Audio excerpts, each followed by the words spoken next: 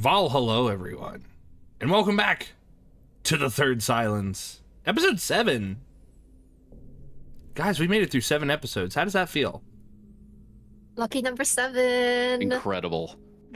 Great. Let's go gambling. Yeah, let's go gambling. Yeah, gambling. Let's go gambling. Gambling with friends. I mean, isn't every roll a gamble? Yeah, Truly. this is true. So, friends, viewers, welcome viewers. I will address everybody really quickly. Liar, thank you for redeeming first. Kormora, thank you for redeeming second. I hope I'm saying your name right. I apologize if I'm not. Please let me know how I may address you. Is our space, thank you for redeeming third. But because, friends, this is Pride Month, and we here at Perception Check are allies and members of the LGBTQIA+. I have something special for my players in general. You get what is going to be known as your Pride Inspiration. So that is going to be a natural 20 on whatever you choose to use it on. Our other group has coined it the Gayspiration. So if that is what you would like to... I forgot they called it that. So all you need to do is say that I'm using my Pride Inspiration or my Gayspiration or whatever term you wish to use, as long as it suits you. You can get a natural 20 throughout the course of our session tonight. So it is different than any of the other inspirations that you can get through our particular game. So enjoy. Oh, yeah. But those do stack with like your regular inspiration. So like if I'm like, hey, you gained an inspiration, that's a normal reroll. This one's just a natural 20. So enjoy. Cool. So when we last left our intrepid dungeon delvers, who wants to do the summary? Who wants to summarize? Okay, so I discovered that I was a bad note taker last time, and I only took half notes. So I could summarize the first half, but I think I was really, really tired that day. I'm sorry, guys. But the first half. Okay, so last time we had sailed to Abzorad? No, Abzorad. Nope, help me. Abzorad. How do I say? Abzorad. Yep. Because we had to take the captives that we freed there and to get extra rations and stuff. And then Renata went on a whole journey of self-discovery. She found a priest of a death god and asked about some funeral rites and had a whole moment that was really nice. Brooke didn't see it, but it was very nice. And then we ate some buzzard. Some of us ate buzzard. Some of us did not eat buzzard. Check out the clip on the Perception Check channel for more info on eating buzzards. And we discussed the plan, went to bed. Renata decided to stay at the boat and not sleep in our room at the inn.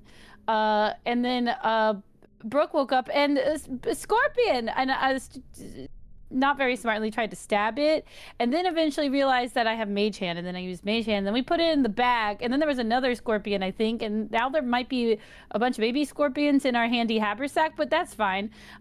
Drew somehow didn't wake up from that. It was poetry night with Brooke and Aster. Learned some information about the moons. We got back on the skiff. Renata needed to nap, leaving us to drive the boat, which went not great, but we did somehow make it to the face in the stone. And then I forgot what happened. Then I blacked out. So from there, we got to the face in the stone. We ran into three-toed bipedal creatures, and we're like, hey, maybe we should try talking to them. Drew, you are the most big and intimidating, or strong looking. Maybe they'll listen to you. Turns out they don't speak common at all. So from there, we coined the term blades blazing, because none of us have guns, so we can't say guns blazing necessarily. yeah, went in blades blazing and took out some of the hedge king creatures that I guess live here. Our Leonin friend came in and roared, and that reverberated through this dungeon that we're in. And something just woke up down here. The scent of death and footsteps, I think, has filled the vicinity, and that's the notes that I have. That's pretty good. Does anyone else have anything to add?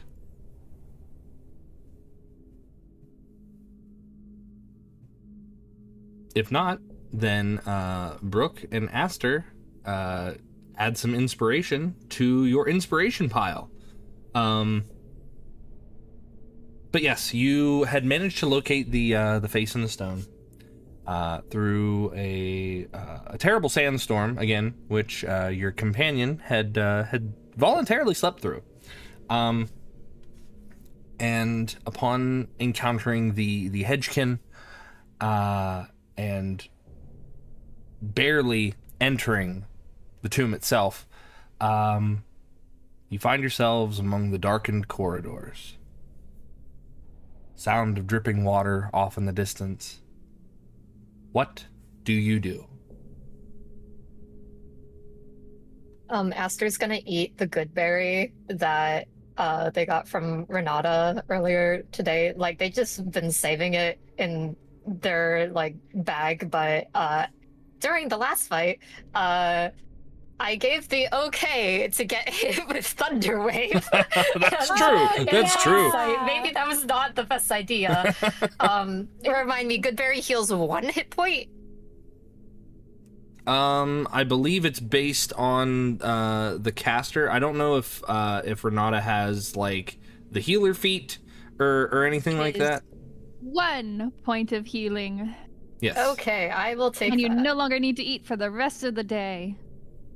Okay. Very useful. While Aster pops the berry in her mouth,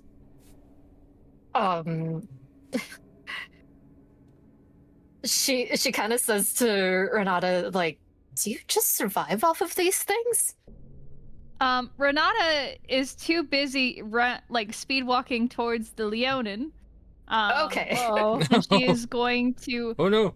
do her best not to try and grab him.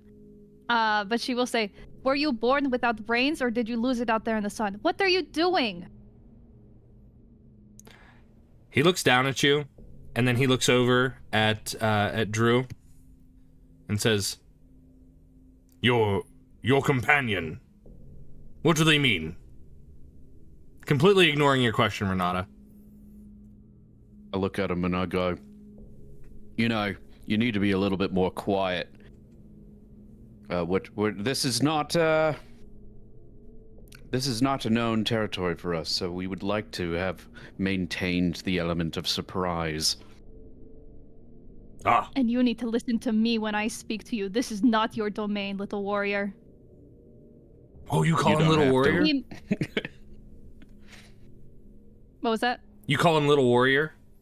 I sure do. Okay, I want you to make an intimidation check, please. In terms of charisma, we have none. Are you saying your charisma is abysma? Oh yeah, with a natural 1 it is. It's very abysma. You tell him he needs to listen to you. He looks down at you because again he likely towers over you.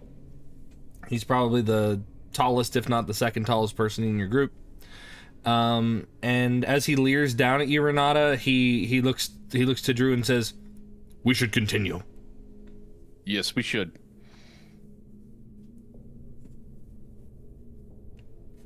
Sorry, Renata. Drew had a little bit of a laugh when Renata called him a little warrior. You know, if you all start calling him that, it might stick. Mm. Brooke wants to apologize profusely to Aster. I'm so trying to hurt you. It's just the only thing I could think to do, and I kind of panicked, and it was louder than I thought it was going to be. Are you okay? Do you need any healing? No, I'm fine. Like, just it was just a little scrape. I thought it would have been okay, but we're fine. Okay. You didn't know how hard she could hit you with that. It's like... Yeah. I'll be more careful from now on. Okay. Okay. All right. Okay. All right. All right. So, as the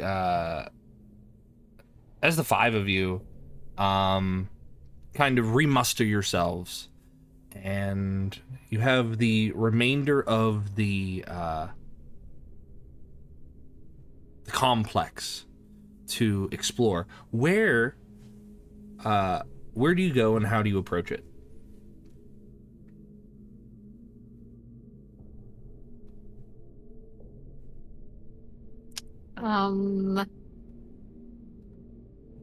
There appears to be but one direction, right? So far, yes. Okay.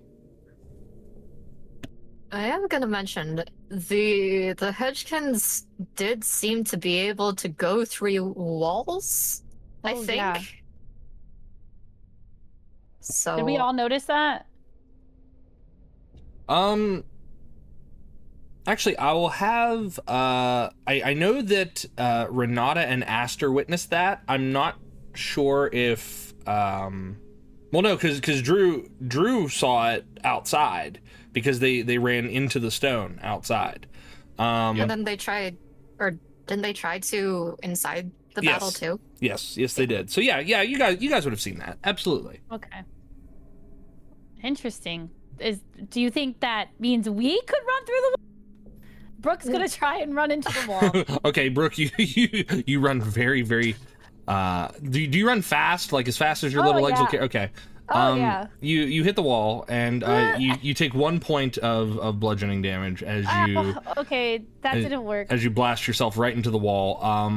The wall itself is very sturdy sandstone, very roughly hewn, and the tile floor beneath you, beneath all of you, looks to be a very finely crafted mosaic, and the stone itself is definitely different than the interior walls. But for poor Brooke, both are very firm. Firm against the face and firm against the tushy as she falls onto her butt. Well, it was worth a try. Aster's gonna help Brooke up with a little bit of a shake of the head of like, why would you try that? Oh, you didn't know. You could have just like felt the wall though. Did you have to run into it? Yeah, you're probably right. Sorry, this place kind of smells weird, and it's making me feel a little dizzy. So Smells like death. yeah, it does very much so. There's a sense of something beyond where you are, and again, you can still continue to hear the water dripping, and you can hear the sound of something scraping against the stone. From your vantage and from your knowledge, it sounds like footprints or footsteps, but without going further, you're not sure.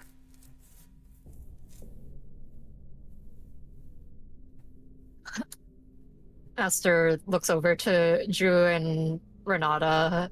Well, you two wanted to be the ones to lead us into here, so after you. All right, I'll take point then. Okay.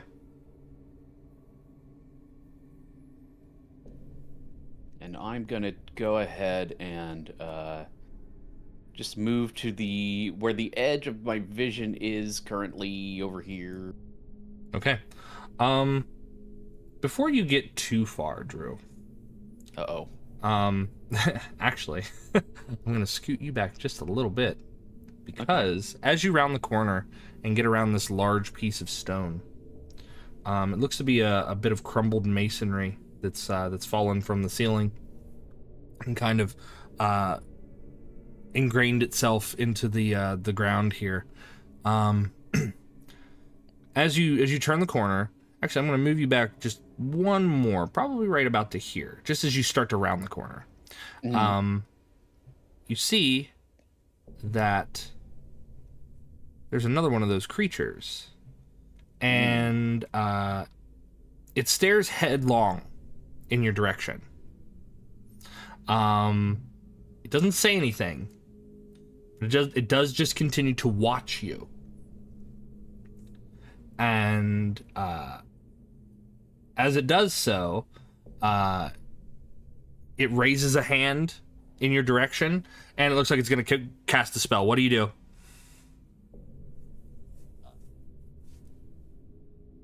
Let's see. Do I have anything that can? Nope. I'll take it. I'll take whatever he's sending my way. Okay, you're gonna take whatever he's sending your way. Okay. Alrighty. So, this guy is going to use he's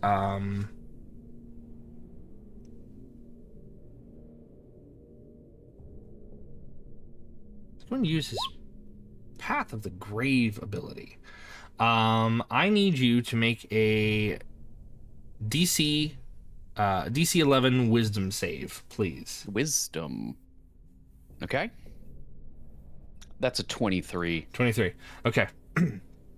You feel this very cold and cloying feeling almost coalesce over you, Drew, but your divine nature kind of shrugs it off, and as you feel it leaving your body, almost like losing numbness after a limb has fallen asleep, you see that on the ground near your feet, you see faint spectral hands that look like they're trying to pull you down, but when you abhor the sensation, they disappear. And the creature goes, "Up, Sudat, kum, gaga," and he runs away. He runs towards the wall. Well, they already know we're here, so I'll just let him go.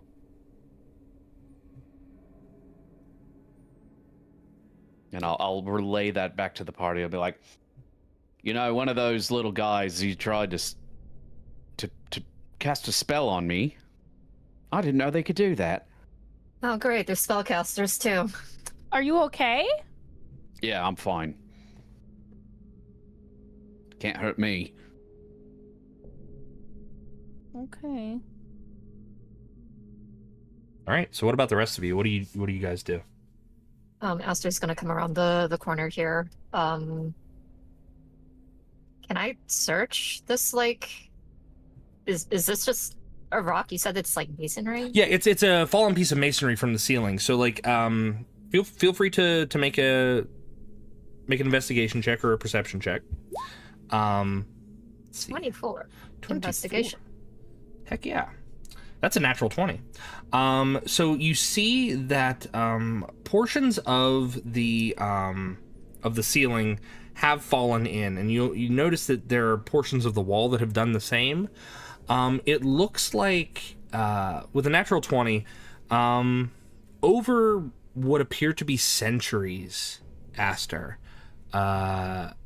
bits and pieces of the walls and the ceilings have been damaged through battle. So battle has been done through this place long, long ago.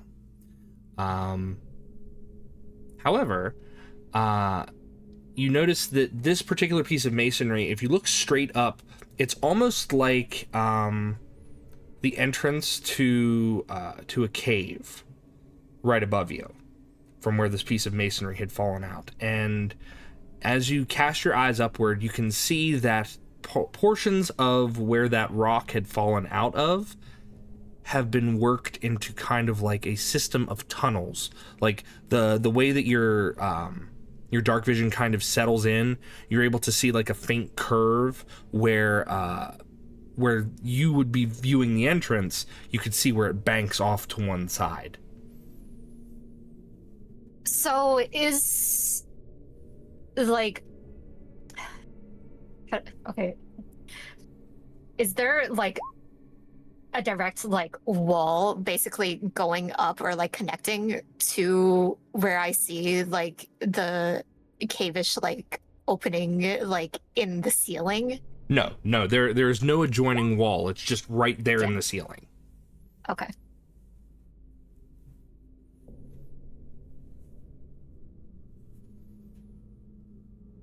Hmm.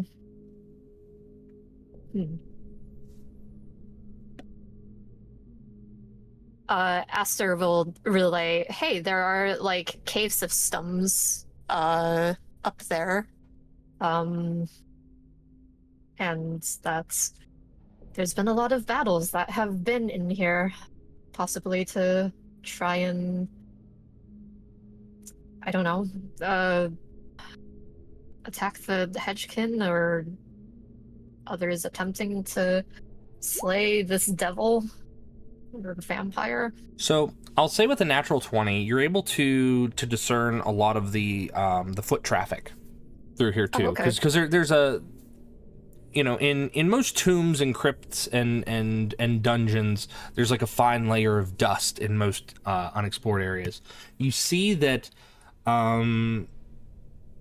aside from a few of the three-toed footprints of these hedgekin having moved in here, those are the most recent ones aside from your own. But you can't tell any other ones because the dust itself, you see where they run off into the walls and then disappear like the footprints.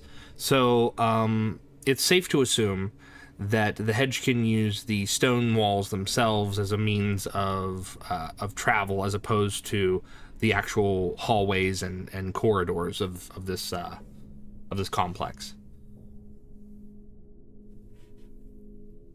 Okay, so really we should be expecting them to pop up at any point then.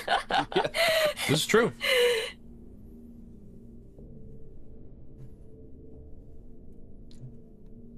So what do you guys do? Well, I guess we move on. Unless somebody's got a way to clog up their tunnel system, but I don't think I've got anything like that. Oh. What do you think, I mean, that's- Renata? I'm not the leader here. I thought maybe you had. I don't know. Okay. Could we like throw a rock in it? You can try. Is there a big enough rock? Oh yeah. There's small rocks, big rocks, rocks that stack on Hey. rocks. Hey, Drew, you're strong. Yes, Do you want to try and throw a rock in there? I'd love to try and throw a rock in there. Okay. Feel free to throw a rock in there by making a just a ranged attack roll. Ranged attack roll. Let's see. What do we have? Ranged attack. I guess it's just a +5. Yeah.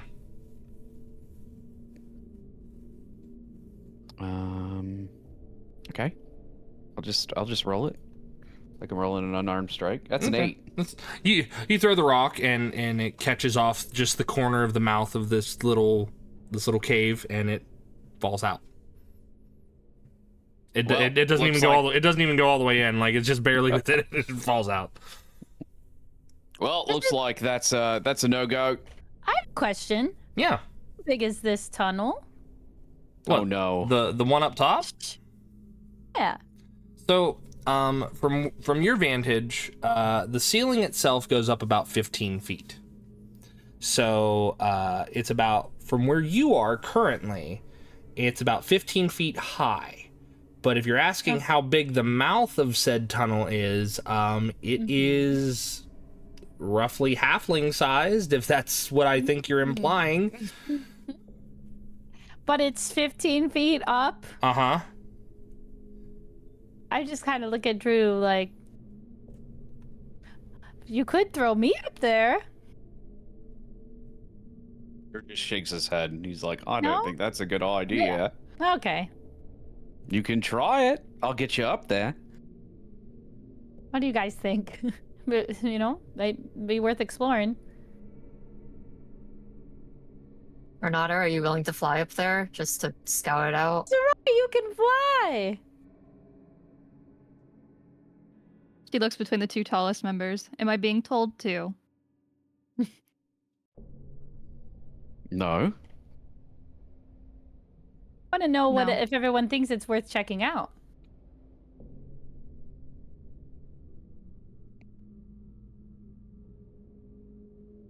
Who knows? I'll get you up there if you wanna. Okay, If you wanna let's look do at it. it. Let's do it. Why not? Okay. Put me in the hole. So, Drew, you could lift her up there Mhm. a bit. Like, you're tall, so you can cover like a little bit more of a couple more feet if she were to like stand on your palms and then you just fully extend your arms upward. However, you're gonna need a little bit more space. So you yourself would have to climb on that piece of masonry that's fallen, and then and then like kind of boost her up there. Let's do it. Is this dumb? Esther's gonna be here just to like, not me. just in case like she falls or something. As I'm catch her getting again or ready to something. lift her up, I'm like, do we have any rope? I don't know. Do you The guys first time this is you coming guys up? have any rope? Let me see. I usually have rope. Apparently, I do not have rope this time. I usually have a Dungeoneer's pack, but nope.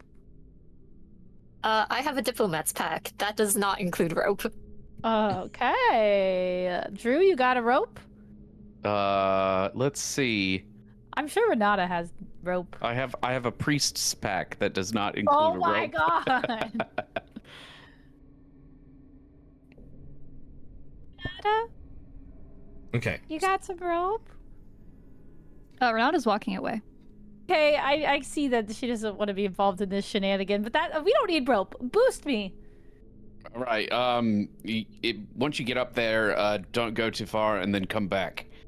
Okay, Roger. Just take a quick look, come right back, and I'll boost her up. Okay, got it. Okay. While you're doing that, Drew, I'm gonna have you make a an athletics Renata's check. gone. I'm gonna have you make an athletics check because I'm gonna jump to Renata. So while all this is going on, Renata, you venture further ahead of the group. Your ears are very keen, and you're picking out different sounds. Off in the distance, you can hear some of these creatures farther from where you are currently. But the sound of water continues to drip, drip, drip. Can you make a perception check for me, please? With my big old ears? With your big old ears. I would love to with my big old ears. That was nearly persuasion. Ooh. 25. 25. That's pretty good. Almost a nat 20. Very good. I want to ask Renata specifically, how many catacombs or tombs or trapped areas would she have been subject to? Any or none at all, do you think? I think she grew up in a place that was filled with them, Okay. but that wasn't forever. And it was sometime when she was very young. Okay. Despite the mosaic tile on the ground and the faint sounds of your companions behind you, you're able to hear the faint strain of a mechanism that's trying to like force itself outward, almost like a piston. And you hear a and something is trying to make its way out, And if you peek around the corner there, you can see in the floor there are sets of holes, and poking faintly up out of some of the holes are the tips of spears, some of which look to have been snapped off. You can see like the stone hafts of these spears. They're just kind of like broken, and there's no tip on them, and you see them like scattered on the ground, like over here and over here. But you can see that more of the complex opens up further in, and the sound of water continues from over here. Okay. I don't hear anything else. No, you hear the straining of the mechanism, and you do not hear any of the creatures that you had encountered before. It's only this spot where I hear the mechanics. Yeah. So you're hearing like you're hearing the mechanism like here, and you realize that with a 25 that the mechanism itself is right here, like the trigger. It's like a pressure plate. Oh. Okay. And then you also notice that there are mosaic tiles set up almost all through this area, and probably beyond, in a very similar fashion. Okay. I will go around the pressure plate. Okay. I'm probably just going to very carefully continue on while listening if you want to hop back to them. I'm probably not going to go very far. Okay. Just advance yourself to where you think that you would have feasibly stopped within like a minute or two. These are stairs, I assume? Yes. Stairs downward. Okay. Here. Okay. Back to everyone else. Drew, you got a 13. Is that correct? Yep. Okay. That's correct. Brooke does not weigh a lot. She's actually quite light. True. And you hoist her up, and Brooke, once you are up there, you're able to kind of scramble in, and it's wide enough that you can actually like stand in that space, but you actually have to climb up just a few feet to hit a point where you actually could stand, because otherwise it's just like a straight drop to the floor. And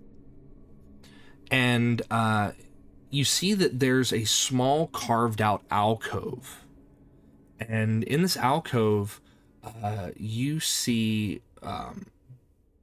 like tattered rags and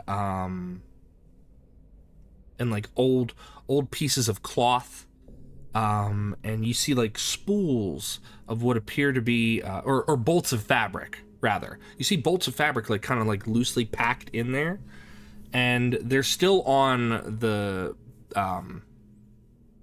wooden peg that they would have kept them on. And make an investigation check for me, Brooke. Interesting.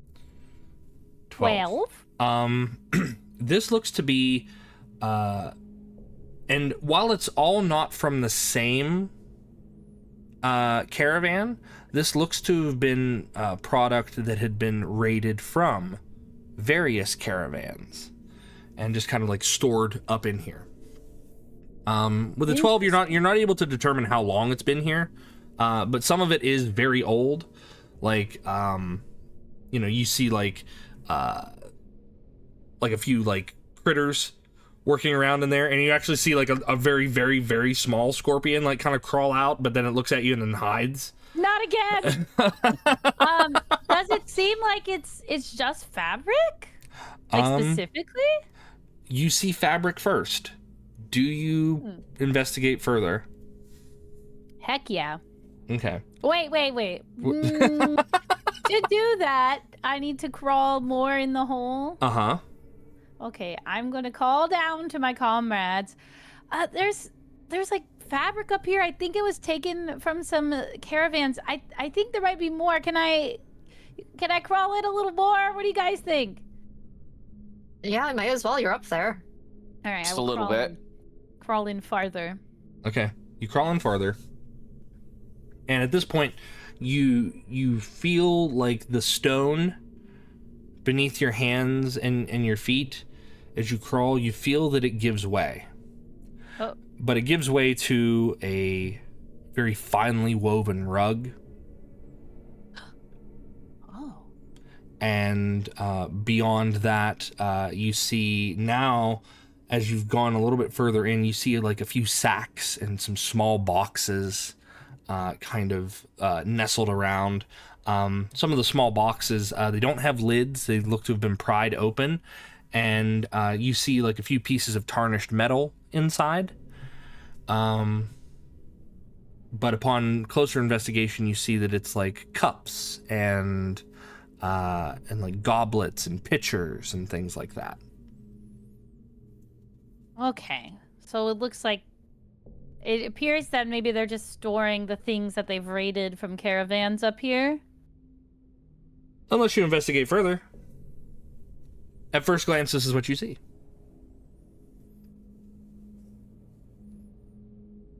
What? You said the crates were open. Can I look through the bags? Yeah, you can look through the bags. Okay, I'll do that as well. Okay, so you're opening a bag? Mm-hmm. I need you to make a Constitution saving throw for me, please. No, you don't. Really? Uh-huh. Really? Yeah, yes! All right, 16. 16. As you open it up, there's where there is like a fine layer of dust. On this one, there is like a yellow-ish dust on the outside of part of this bag, and as you kind of like rub it on your fingers, the dust kind of mingles with the oils on your skin, and it almost becomes like a paste. But as you do so, it kind of makes your fingertips tingle a little bit, but it doesn't cause any long-term lasting damage. But you can tell that it is making your skin a little irritated. But it seems that a lot of this yellow dust is kind of lingering on the outside of some of these boxes and bags. Interesting. Is there any in the bag that I opened? Is there still some left? Could I tie it up and take it back with me? What, the dust or the stuff inside the bag? Because I haven't gotten to describe what's inside the bag. This is what's on the outside of the bag. Like you went to open the bag and now it's on your fingers. Okay. No, you're Don't good. worry about that yet. But on the inside, you see what appears to be a clay jug. And this clay jug is stoppered with a very an ornate-looking cork. The jug itself is of a very pale red clay with almost azure-colored runes and stuff kind of inscribed around where the stopper would be. And then just various decoration down the side. Oh. Have I ever seen anything like this before? Arcana check, please. 14. I'm on good, and it's not combat. Yeah, it's not combat, so Brooke is doing fantastic. 14. Brooke, this is an alchemy jug. Oh.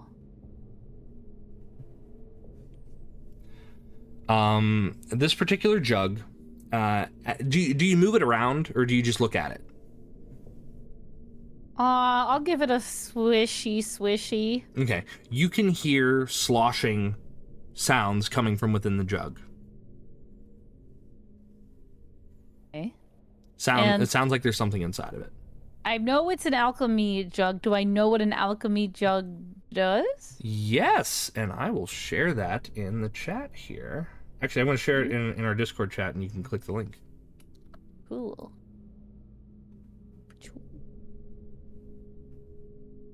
Oh.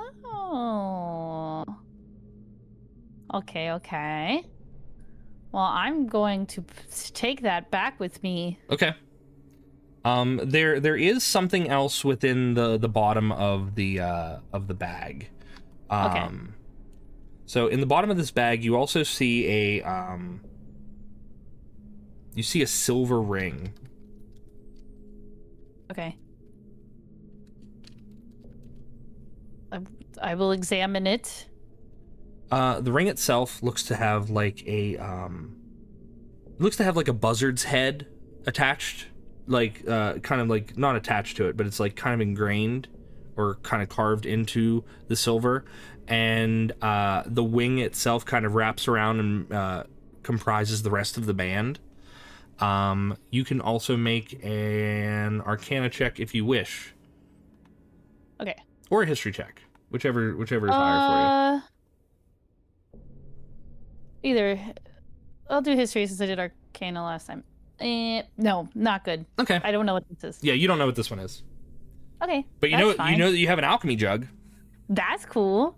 Okay, I'll pocket the ring as well. Uh-huh. I feel like I should probably be getting back to my friends. What else is there? The tunnel keeps going?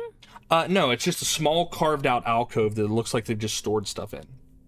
Okay, so I've gone through everything mostly. Well, you've gone through a bag and found an alchemy jug and a ring. Okay. You see bolts of fabric leaning against the wall. You see an ornate rug pinned beneath a bunch of bits and bobs and bags and boxes. But as you kind of like give a cursory glance and look around, you see that inside some of the boxes is gold and silver, like gold and silver pieces. Oh, I thought it was just cups and things. Okay, before I reach in for the gold and silver, I want to make sure there's no more of this yellow dust that's going to affect me. There are the dust seems to kind of like permeate some of this odd collection. It kind of like lingers on the sides and stuff. But you notice that you're being knowledgeable about it now. You know how to avoid it. Mm-hmm. Okay, great. Then I want to take whatever coins I can as well. Okay. You start shoveling some coins. What are you putting them in? Because I don't know. Or you have your own bag, or? Yeah, I have a little. Okay. I have a bag for coins. Okay. Coin purse. All right. You start to like shovel some coins into the bag, and you get about 50 gold. Before you see that there is an ornate looking brooch in the shape of a scarab beetle.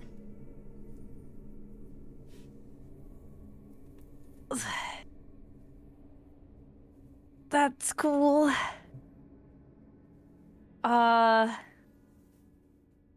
Okay. I want that too. Being very mindful of any dust or anything. I want to pick it up. Okay.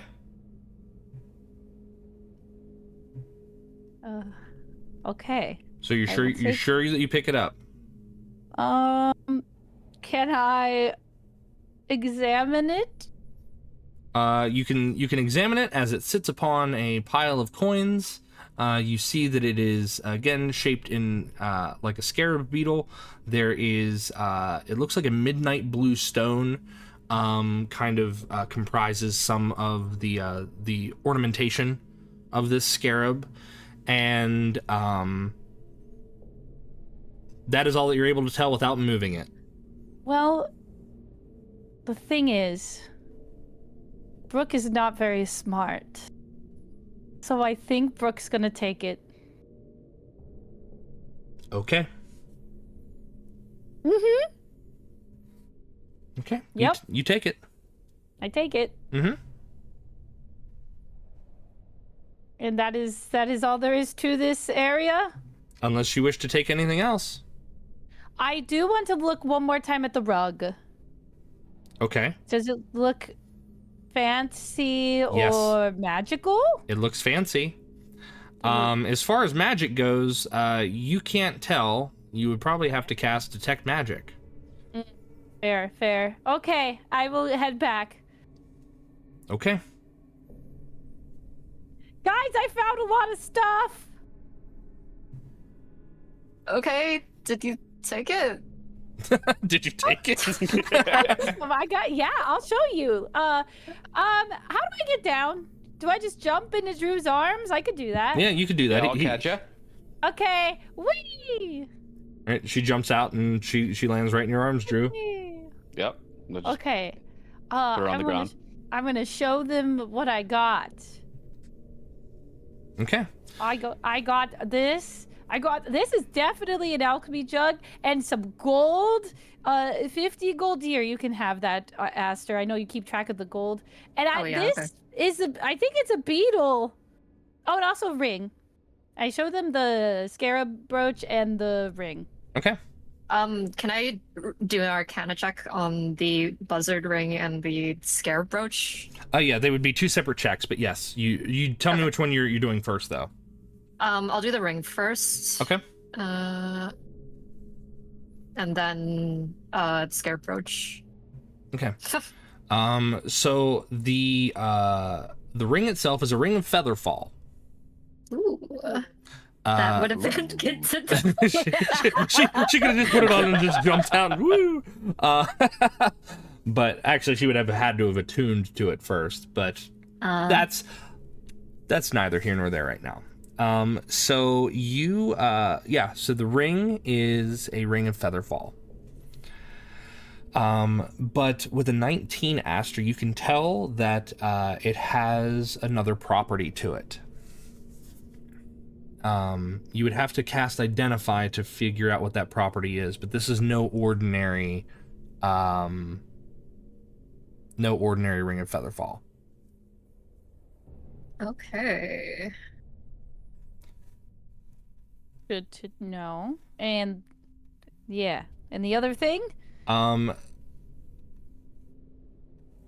Unfortunately, a 21 is not high enough. Really? To determine what kind of item this brooch is. Okay. Well, I will hang on to that one right there, Aster. I'm just gonna pocket that. I'm sure it's fine. It's really pretty, you know. Okay. Should I hold on to the featherfall ring until any of us have time to attune to it? Yeah. You hold on to that. Okay.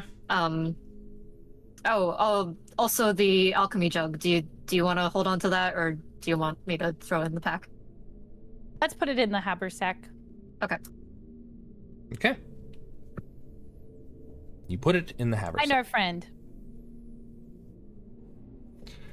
All right. So the rest of you, as you gather everything up, I'm going to say this happens simultaneously as Renata has kind of taken it upon herself to venture further and further into the complex. Brooke is probably making her way down out of the little alcove just as Renata is hitting the stairs. Renata, further in, the sound of water continues to drip. You hear drip, drip, drip. Can I get one more perception check from you, please? You sure can. Also, has it been 10 minutes since our combat? I would say yes. Okay, I need to stop being a little light. I have 10 feet of light on me right now. It needs to go away. Okay, no more light. I am darkness.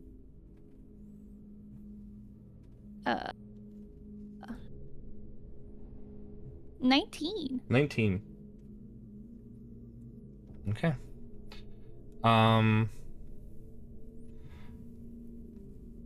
You can hear things in the walls. You hear whispers. You hear chanting. But with a 19, you don't speak this language, so you're not sure. Yeah. However, I would allow you to make an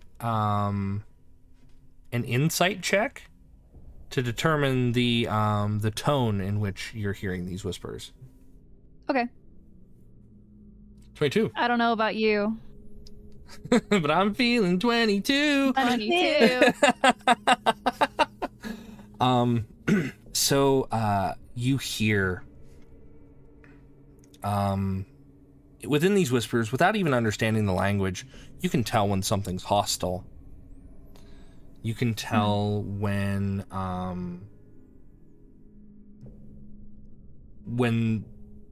inflection and tone are meant to mean you some kind of harm, or they're speaking ill of you.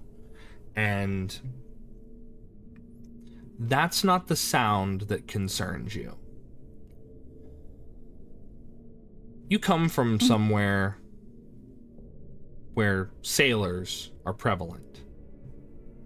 And you know when things are moving in the water. You hear something briefly broach the surface of the water further down the hall. But then it goes still, and you only hear the drip, drip, drip once more. Oh boy. Okay. Still avoiding the plates, or at least the pattern she saw on the ground earlier. We've established that I can fly here. With my kinds of wings, and I don't know if this is specified in my specific feature traits, am I a quiet flyer? Yes. Okay. What I want to do is she will go from rock to rock instead of landing on the ground, and she'll look at each place before she continues to see if there's any traps related to anything. Okay. If that's okay. Yeah, absolutely. Okay. So, step 1, here. Okay. Step 2, here. Okay. And she would have been looking this way if she saw anything as she did the second hop. Okay. As you do the second hop, I want you to tell me what you see. What do you see on this map as you are making your little hops? What do you see in this space? Looking at where that path was, for her, I want to say that looks like a river or some sort of body of water that's passing between where I am and that pillar. Mm-hmm. She can probably see the rocks here, like the edge of the rocks here. Okay. Like, could she see? She might have been able to catch a glimpse of what's here, but she was probably going a little fast, so maybe couldn't precisely tell. Okay. You definitely can see that there is a small, what appears to be a small stream that is ripping through the rock beneath this area. It looks to it must have hit like a natural spring or something, or an underground stream itself that is just kind of broached through the walls. Again, given the advanced age of this complex, it's not uncommon that, you know, flows of water might go through if they are able to naturally form that way. But yes, that is indeed water, and the smell from earlier of carrion and spore and everything is very strong in this particular area. Like, almost as soon as you hit that corner to kind of like nestle in, the smell is just like overpowering. She very quickly gags and then pulls up one of her pieces from her desert gear. Okay. To try and mask it a little bit. It does not help much. No, it does not help much. But it helps enough. If you'd like. Is it the water that's bad? You don't know without getting closer. Yeah. I cut you off. I'm sorry. No, I said you don't know without getting closer. I was going to allow you to make a perception check. Can you hear them at all? Let me ask them. Hold on one moment. God is going to pause this part and go over here. Oh yeah. So pause screen. Hello, group over there to the right. Yes, are you guys making a lot of noise? Brooke knows already that they know where we are, so Brooke is not trying to be quiet as she calls down and is like, "Hey guys, there's stuff here." Okay. And we were just having conversation, I think, other than that. Yeah. Renata, go ahead and make a perception check again with your ears, so you do get your advantage Okay. with it. Thank you.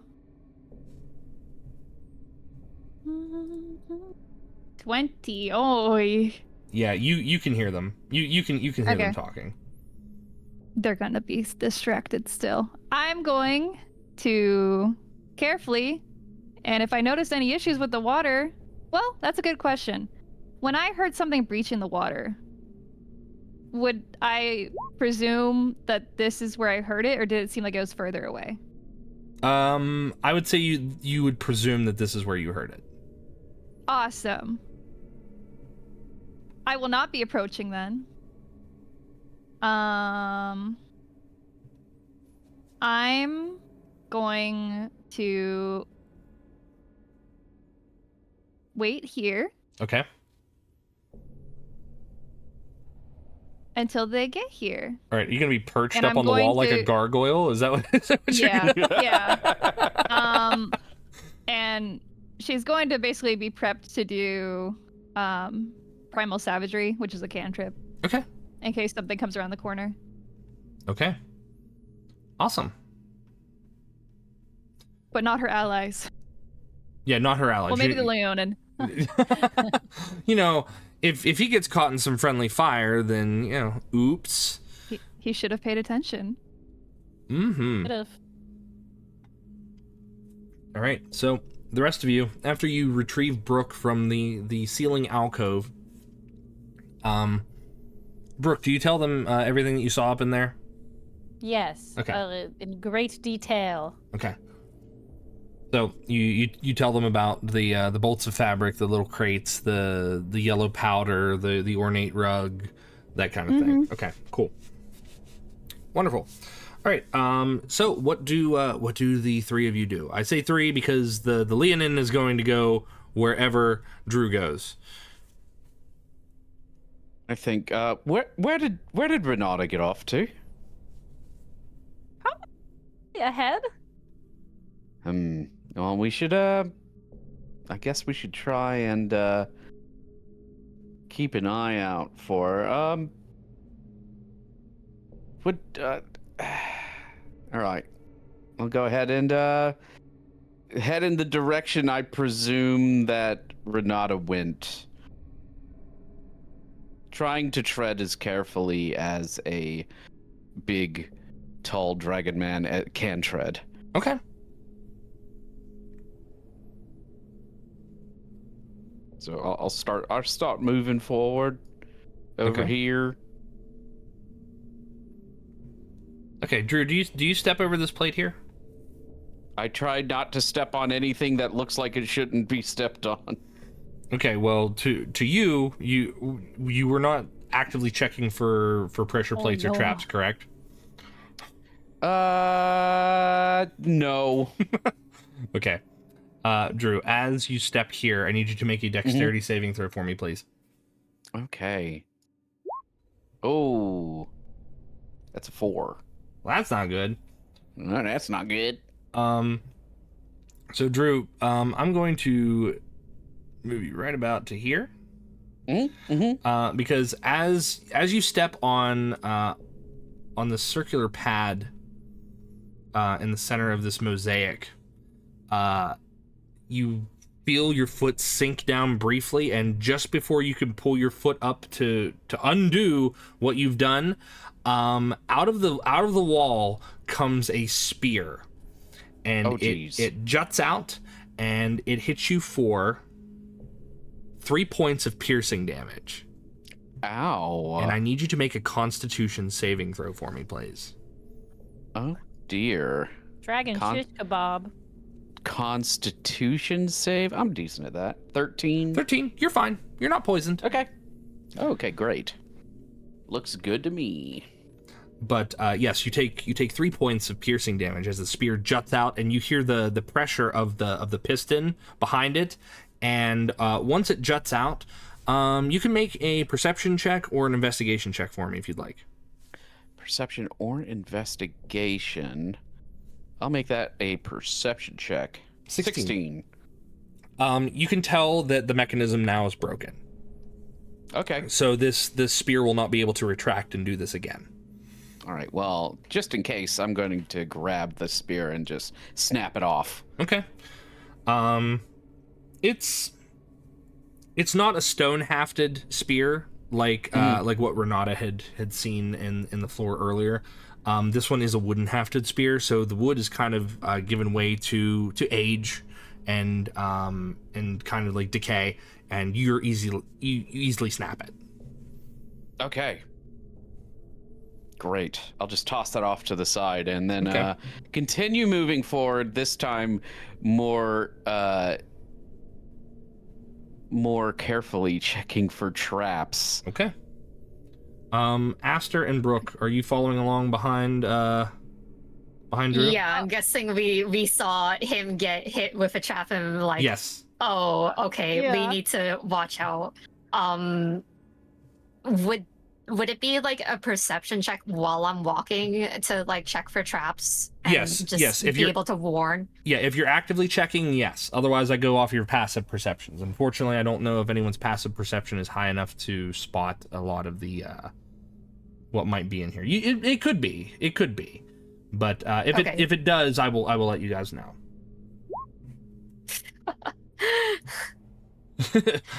Aster, you don't see any Aster any does indicators. not know what a trap looks like.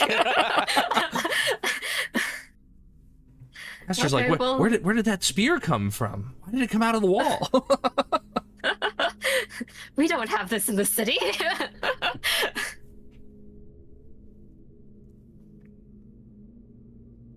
Yeah, I'll follow safely behind Drew, not stepping where he steps, I guess. Okay. I am going to attempt to perceive and keep an eye out for traps. Oh no. Oh no. Oh no. Oh, Drew. Oh, Um, Jotun. That was a natural one. I I just want to know. make sure everyone's aware. Yeah, that's a natural one. You're looking around. You don't see any indicators, so feel free to move ahead as far as you'd like. All right. Well, I'm definitely not going to step on the center of the tiles like I did before, so I'll kind of skirt around the edge a bit. Okay. From here, can I see Renata? I think that looks like I could maybe line of sight, but the light, I don't know if there's enough light. So from where you are, actually, let me do this. So from where you are currently,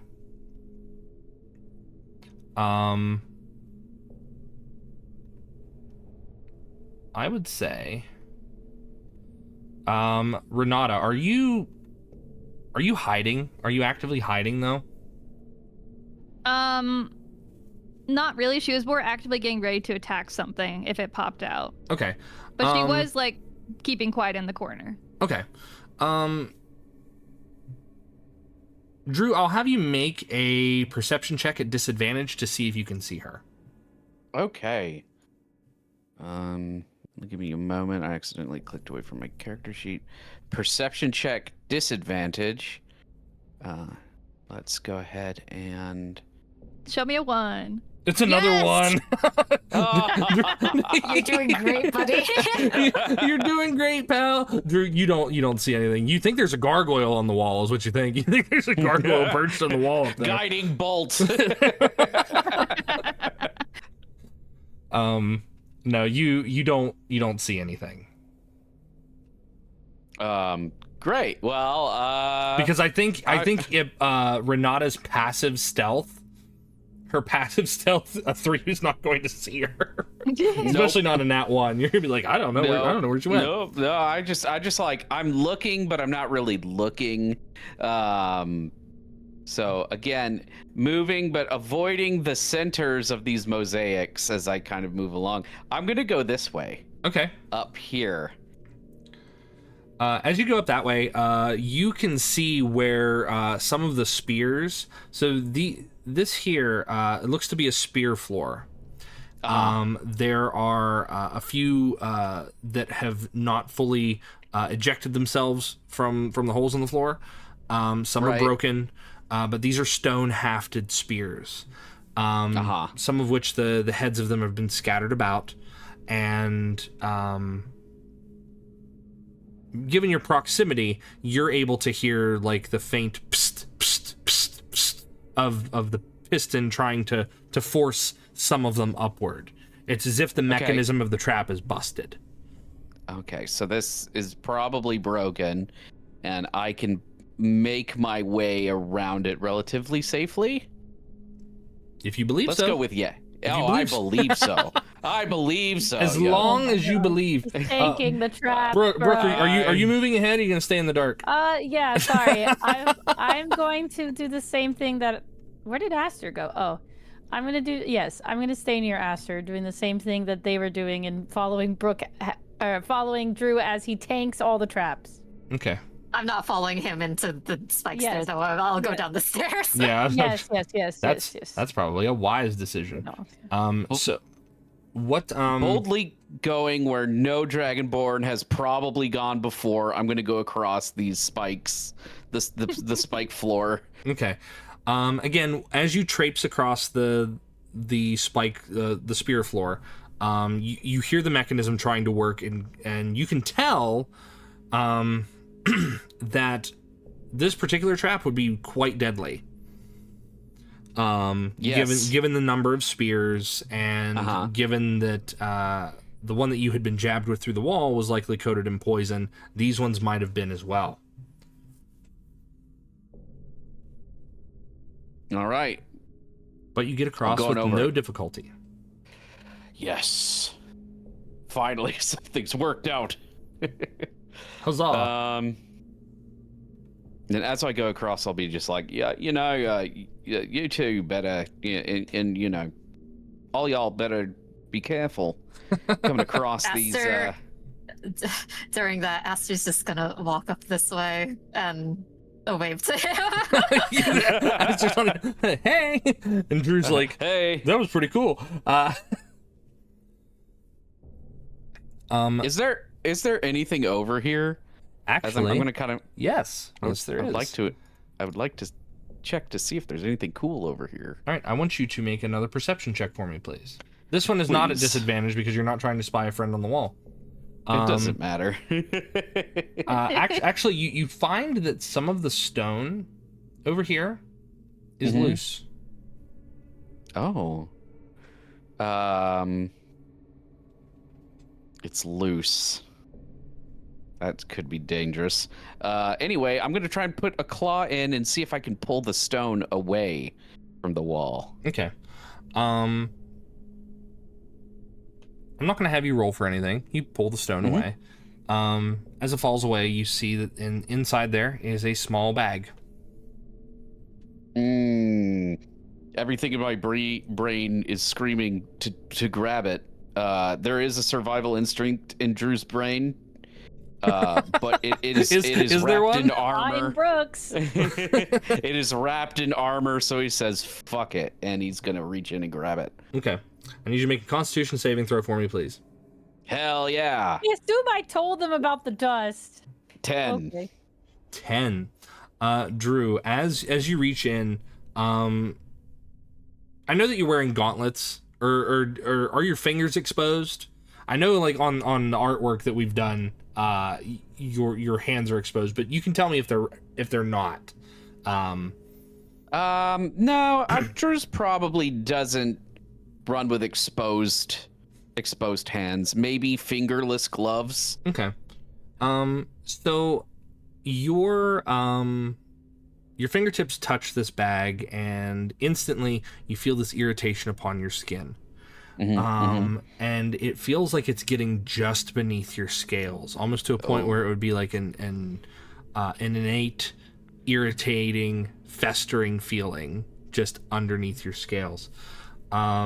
This residue, as I described with Brooke, when it mixes with the oils of your skin, which I don't know if Dragonborn possess natural skin oils or not. That's a biological thing that I've never really considered before. But it starts to mingle and turn kind of like into a paste, and it's like an irritant on your fingers. So I need you to, as this happens, you feel your joints kind of stiffen up a little bit. For the next short while, you have disadvantage on dexterity-related checks and saves. Okay. That sucks. But what's in the bag? What's in the bag? You open up the bag, and inside are 7 platinum coins. Ooh, those are worth a lot of money, aren't they? They are. Oh, yeah. All right. Hell yeah, worth it. I'll tuck that onto my belt. How long is a short while? How long is a short while? Just maybe 10 minutes. Okay. Maybe, okay. Okay, so 10 minutes. Do I see him like touch the weird like yellow powder? Well, from where you are at, Aster, you watch as he reaches in, like he moves a stone out of the way and then reaches into the wall. So kind of like the reverse of the meme that you did, where you're like reaching into the haversack. Like his hand disappears into the wall, and you don't know you don't know what he's touched. I imagine Drew doesn't really react. It's got to feel like. Has anyone ever been in contact with fiberglass insulation? Yes. Yes. I imagine it feels like that. But Drew's not bothered by it. But it will affect him later. It will. Well, and like I said, I'm sure Brooke told them about the dust in the bag.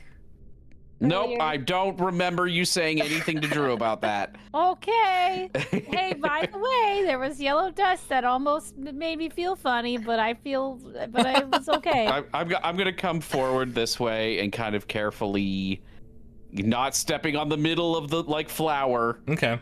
The mosaic flower. I'm gonna be like, man, I found a bag. I found a bag in there, and there's this dust on it. Man, if only somebody had told me about the dust. But it's making me feel kind of funny. Making me feel funny. What was in the bag? 7 platinum coins. Oh, that's cool. Yeah. Yeah. With it. Oh, awesome. So as you're discussing this amongst yourselves, Brooke, you're able to see Renata hop down. Okay. From over here. Because she's not actively stealthing, but your passive is high enough to see her. Hey, our friend. So, you see her kind of like hop down. Okay. Before that, on the subject of picking things up, Brooke, Mage Hand is a cantrip, right? Correct. Yep. Before we touch anything else suspicious, like, it might be a good idea to use that instead. You are so right. You are so right, especially scorpions.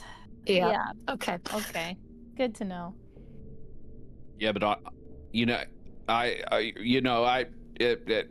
guess you're right. Brooke just casts Mage Hand and just gives Drew some head pats with it.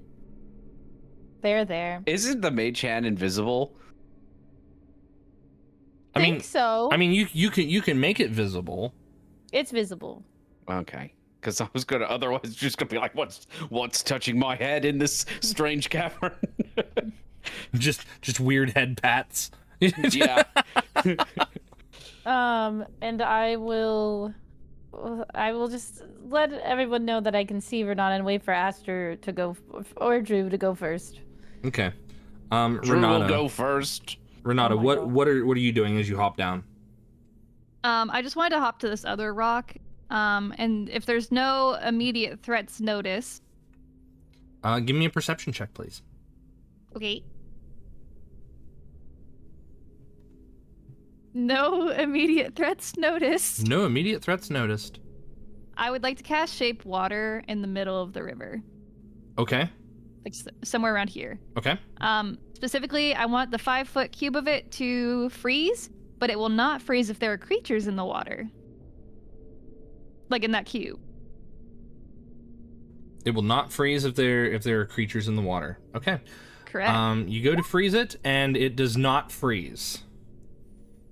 Mm-hmm. All right. It sounded big, right? Uh-huh. Uh-huh. I don't like the way you said that. I didn't like your tone there, young man.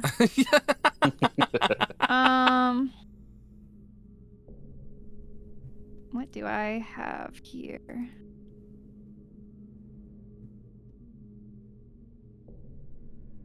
They didn't really see me casting the spell. No, they behind didn't. me. They didn't. That's interesting. Okay. I'm gonna hop back over here. Because Okay. I know Aster probably saw me if I saw them. Yes. Yeah, hop back here. Okay. And I'll just wait for them. All right. The rest of you. Find anything? There's water. Okay. Can we not cross it? What's up with the water? Can we go? Do we got to swim You across? You can try. Hmm. The reason I'm waiting is because vampires and running water don't mix.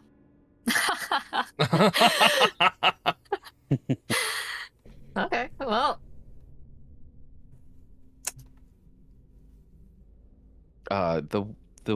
It's still water, yeah? It is flowing. It is flowing water. Okay, I see. It's not flowing fast, but are- it's definitely flowing. are these I'm walls? Say again. Sorry. Are these walls? Yes, so those are walls, but you can tell that where the water is flowing, it has naturally eroded from beneath those particular parts of the walls.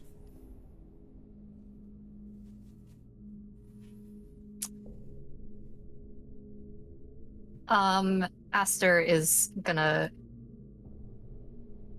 walk to this side of the wall Okay. and spider climb their way over Okay. here Okay. above the water, spider climb up the wall onto the other side. Okay. Drew, do you get right there? Here's what I'm gonna do. Okay. I'd As like to know. Aster, I'm not like right up against the water because Drew is learning his lesson slowly but surely. Drew is going to pick up a large rock Uh-huh. and toss it into the middle of the running water. Okay. So, I'm gonna resolve this in 3 different steps.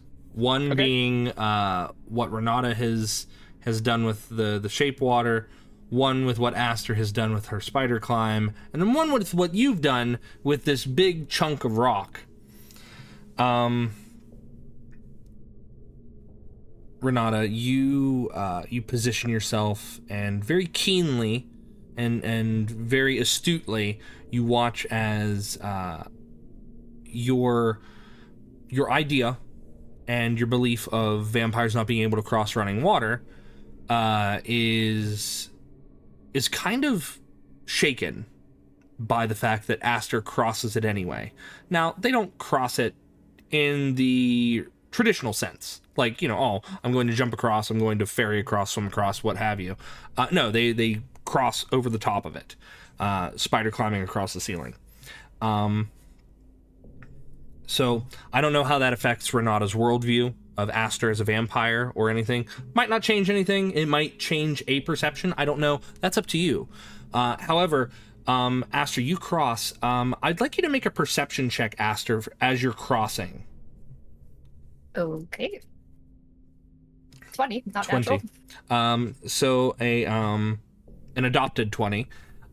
So you look at the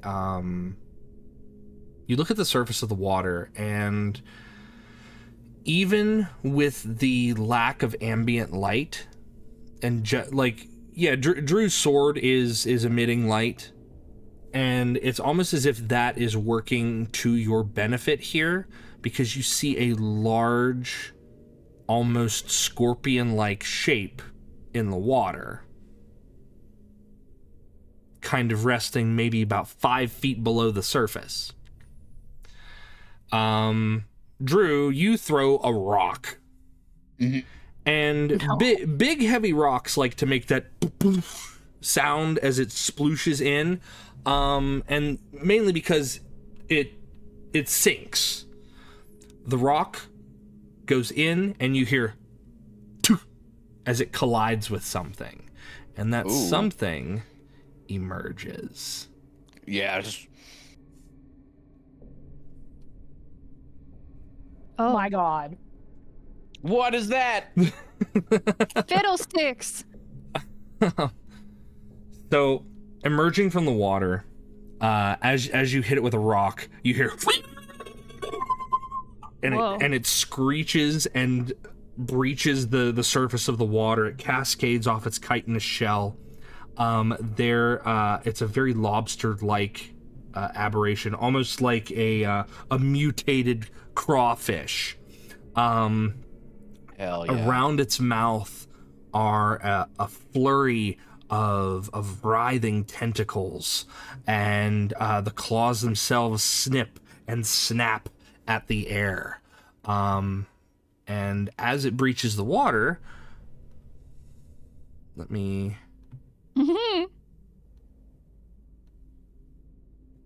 ask for initiatives, please.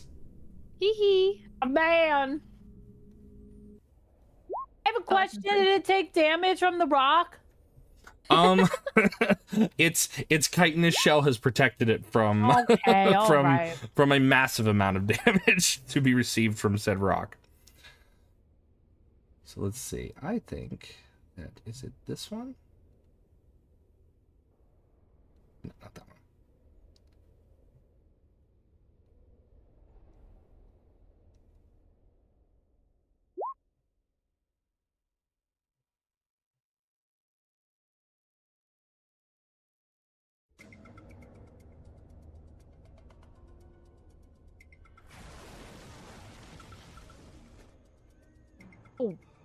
Whoa. All right. Big splash. Sound design. I know. Pretty cool, huh? Let's see. Creature needs to go.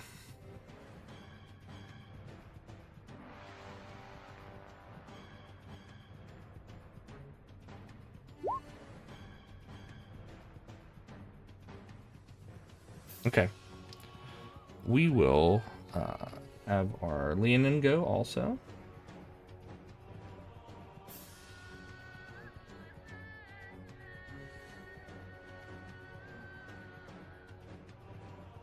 Where is he? Oh, here he is. I was like, where did he go? Lost his initiative for a second. Okay. So, that being said, we are now in initiative. First up is Drew. Drew, you're up. You threw a big rock. Yes, I did. And I think I'm gonna follow this up with where is Aster in relation to me? If Aster is beyond the scope of your light, are you able to see where Aster is? Probably not. If Aster is not illuminating themselves. Yeah. So then you do not know where Aster is. Okay. Well,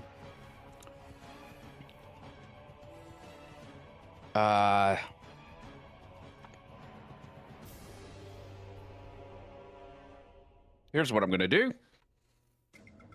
I'm going to take a deep breath, and I'm going to use my draconic breath of fire on this strange crawfish creature. Okie dokie. So it needs to make a save. What kind of save does it need to make? It's a dexterity 13 saving throw. It got a 17.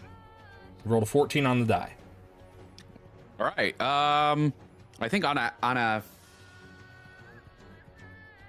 it takes. It doesn't say if it takes half damage or not. On a successful save, it takes half damage, so it will still take half damage. Okay. So 9. 9 points. Okay. That is damage taken.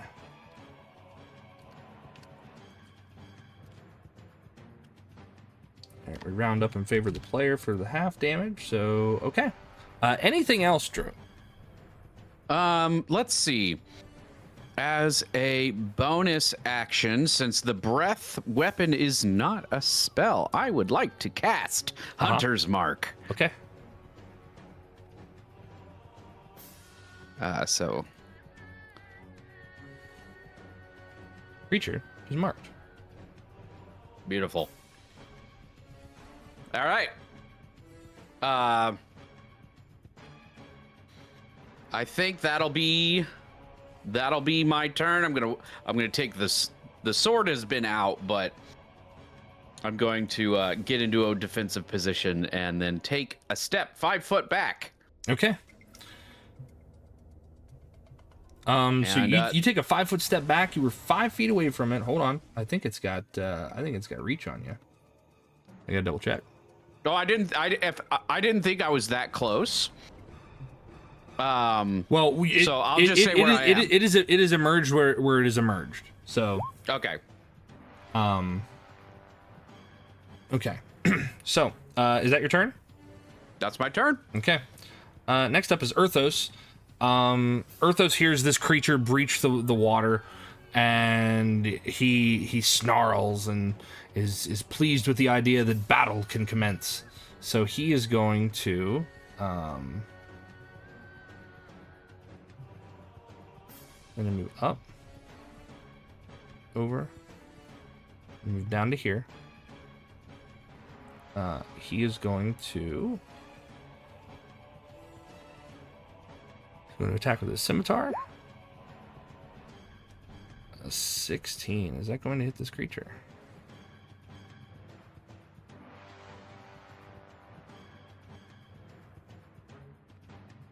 It does. It meets it.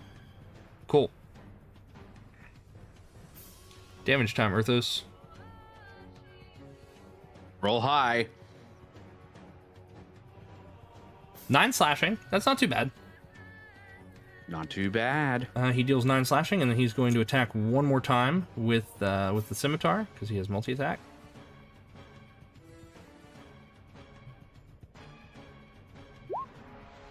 $23. That is not a nat 20, which is still good though. And 8 points of damage. All right. He takes 2 mighty swings, and you watch as his blade kind of cleaves off like little pieces of chitin.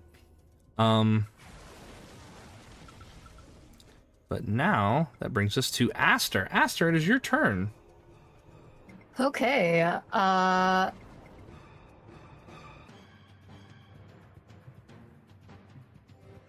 Is it within range of me to do a melee attack on it?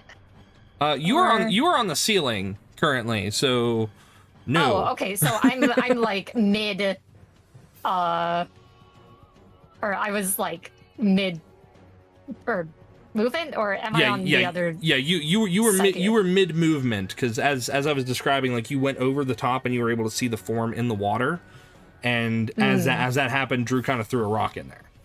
So. Okay, so I will say that I was like here then in going over. You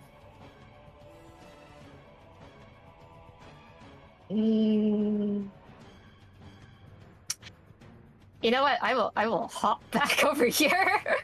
Still sort of being in range, but not being on the wall. Okay. Because I need to have my hands free, and the stuff that would make me have my hands free with spider climb requires me to level, which I am not doing quite yet. So, I'll just do a stab at it with my rapier. Okay. 25 to hit. 25 hits. And 8 damage. All right, 8 piercing. Damage taken. And that is my turn. Okay.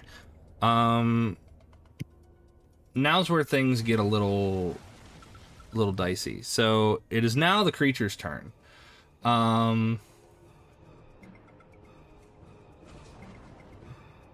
Let's see. It is going to use its pincers to attack. It's going to attack Erthos, because Erthos is right there. Like, I know Aster is right there also, but it's going to attack him first. So that is a 23 hits, and what's the second one do? I don't think a 13 hits. Nope, his AC is 15. Okay. And then, all right, you watch as both claws kind of snip out of the water, and one of them grabs Erthos around the middle, and he kind of struggles against it. He is grappled, and as that happens, both the creature and Erthos disappear into the water as the creature just kind of drags him into the water.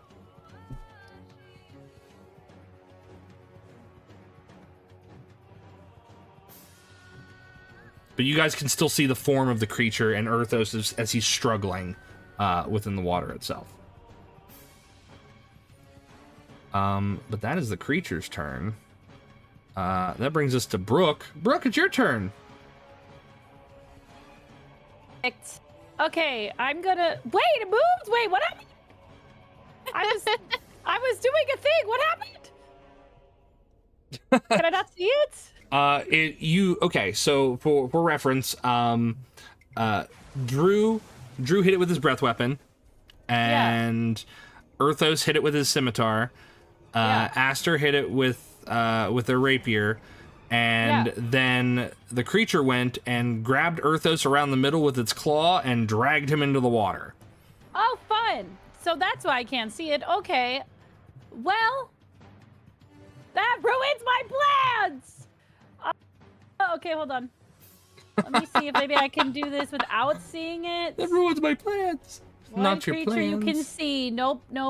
Let's see. Each creature. Nope, I'm not doing that again. I don't want anyone to get hurt who's my friend. I'm in a pickle. So what I'm going to do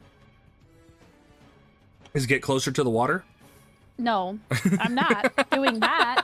I'm going to. I took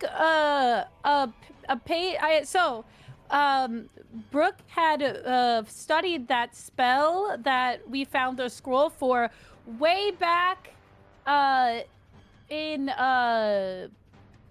Gormsey, and has studied it. So she's going to mutter something under her breath and cast Blur on herself. Okay. Which is concentration, but that's fine. And wait, maybe I should inspire before I blur myself. I don't think it matters. Doesn't matter, right? because you inspiring doesn't take concentration off of you, so you're fine. Well, Renata is near me. And you said you described the creature as lobster-esque, right? Yes, lobster-esque, not Okay. lobster bisque. Yes. Perfect. I wrote a haiku about a lobster, and I'm going to read it now as my inspiration.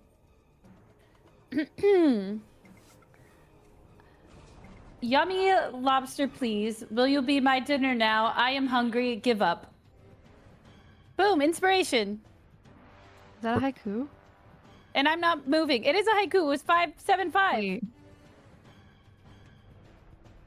Can I see it written? I'll send it. Yeah, I'll send it to you. Tell me if it's wrong. It'll be funnier. I love this. Also, the music is kind of loud. Can I control it in Roll20 or? Here, let me turn it down then. Let me turn it down. Oh wait, just kidding. It's just me. It's just me. Don't worry about Just it. you? Okay. I fixed it. Yep, that's a me problem. All right. That's my turn. That's your turn? I'm not moving. Yes. All right. That brings us to Renata. Renata, it's your turn. That's so funny. I would like to take off into the sky. Uh-huh. I get here, which is basically on the edge of the water. As I look down, what do I see? You look down into the water, and you see the shadowy form of this creature, as it has within its grasp the Leonin that had joined your party through feats of strength exhibited by Drew, but both are struggling under the water. The water itself doesn't look to be very, very, very deep, but you can tell where it's flowing, and they're probably like less than 10 feet into the water. Does the lobster seem pretty much entirely focused on him? For now. Interesting. I'm just gonna land on the other side. Like, I know I'm right at the edge. I can let you land here. I'll let you land. Thank you. That's so adjacent nice space. of you. Yeah, I'm gonna end my turn just watching. Okay. Thanks. Okay. You're very welcome. Drew, it's your turn. Oh boy. Let's see what I've got to work with here. I've got him hunters marked. The creature, and that means I know exactly where he is. Exactly. Yes. So So actually, where is he? for the sake of this, I am not going to have him on a different layer. He will actually be on a similar layer. Because I think that sounds fair. Don't you? Don't you think that sounds fair? It sounds fair to me. Okay. So, but for the sake of things, he's underwater, so I'm going to give him a little. He's under the water. That's prone. He's under the water. All right, I'm gonna. I can't hit him. Just hit him from here with my sword. So he's less than 10 feet into the water. You do have a big old greatsword, which is probably about 6 feet long. Okay. You could probably swing into the water. It would probably be a disadvantage because you're not swinging directly at it, but with it hunter's marked, you know what? I'm just gonna let you do a basic hit. I'm gonna let you do a basic hit on it. A basic hit. Yeah. I'll do you one better, Jotun. I'm going in. You're going in the water? I'm going into the water. Oh no! Okay. Oh my god. I'm gonna kill this bastard. Watch. Him. Hold my beer. You can do it. I believe in you. Drew's going in. And I want to like take a running jump and leap. Okay. And like stab down with my sword into the water. Okay. Like kind of like Link in Super Smash Brothers, just down and okay. Hell yeah. All right, go for it. Roll to hit. All right. That's a 17 to hit. 17 hits. Its AC is 16. Oh, all right. That's 17 points of lashing damage. Okay. It is not an undead or a fiend. So it will not. How did you know what I was gonna ask next? Because that's what Holy Avengers do, and I just know that this creature is not one of those things. But 17 is a lot of damage. But wait, there's more. I would like to incur a divine smite for 2d8 more damage. Okay. Roll the divine smites. Where is that on my sheet?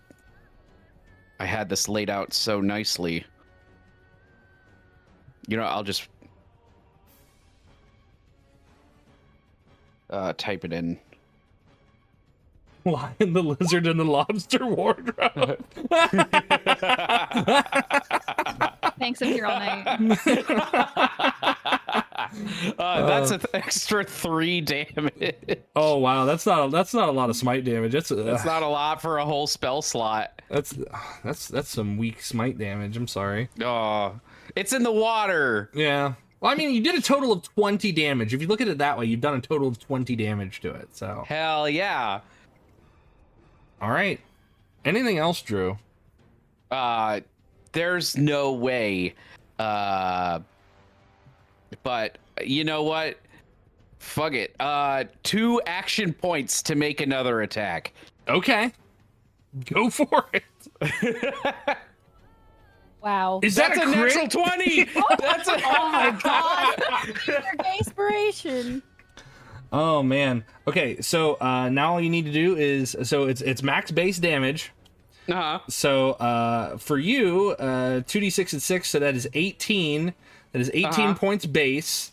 Right. So on top of that, are you adding any smites to this one, because that would also be affected by the crit? No, I'm not gonna add another smite. Oh, okay. So I know. Don't want to use up all those spell slots. I have 1 spell slot left. Okay, now roll base damage, not crit damage. Roll base damage, and we'll add that to the 18. So that puts you at 29 points of slashing damage. Wow. Okay. That's impressive. So 29 points of slashing damage. That's really freaking cool. Yeah, you get into a nice soft part of the shell and you dig in deep and the creature thrashes. I'll say with that crit, it lets go of Earthos. It lets it lets go of Earthos, and Earthos is able to like swim free or fight back of whatever he needs to do. Very good expenditure of your action point, by the way. Very, very cool. That crit was worth it. Hell yeah. That is going to be my turn. That is your turn? Nothing else? That's my turn. Okay. Well, I don't think I can swim away without it grabbing me, right? Correct. So I'm going to stay. Why would I run? Okay. I am going to move you so that way I can actually access Earthos' token, because you were like technically on top of him. So I'm just moving you briefly. There we go. All right, Earthos is back. Earthos is going to attack. Because he is no, he doesn't give up. Oh, he rolled a 1. Roll again? You know, cats don't like water. No, he doesn't, and a 14 misses. So he goes to like, he blindly swings because he's not used to the water, and he's kind of like ingested some of the water already. And he's having a very hard time in the water. But that brings us to Aster. Aster, it's your turn. It's still below the water, isn't it? What's that? It's still below the water, isn't it? No. At this point, from where Drew has stabbed it, it's like surface level now. Oh, good. I don't want to go into the water, so I will attack it then. Okay. You don't want to go in the water. No one wants to go in the water. This creature is just he's not getting his way today. It's fine. Wait, hang on.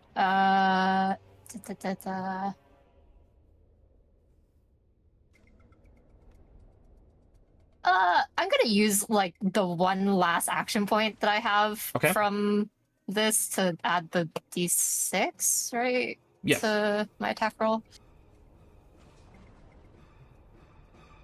15. 15 does not hit, unfortunately. Okay. That's it. That's all I'm willing to do. Okay. If that is it, it is now the creature's turn. Drew, you have dealt an immense amount of damage to this creature. Mm-hmm. And I will say that you have earned its ire. Hell yeah. It is going to attack you with a pincer. It may try. 21. Yeah, that hits. Okay. As it hits you, you are considered grappled. Okay. And since it has multi-attack, it can either use a 2 pincer attacks, or if it can grapple a creature, it can use its tentacles. So, as it grabs you, it guides you towards its mouth, Drew. I need you to make a Constitution saving throw. That's a 6. So Drew, you feel your body stiffen. And Aster and probably Renata, from where she is positioned, they watch as your body goes rigid as you are paralyzed. I have become delicious. You have a delicious meal. You have become a one of Comfortably numb. one of the little hot tamales, little snack. So that means that you are paralyzed for, let's see, until the poison ends, and you are considered poisoned for a minute. Okay. For those of you paying attention at home, that is 10 rounds. So poisoned. Wah. All right. You're paralyzed. All right. I don't. Real quick. I don't. There's no damage. No. So it can choose to grab you and then paralyze you, and then it will start to eat you. Okay. Cool. So yeah, no damage. Cool.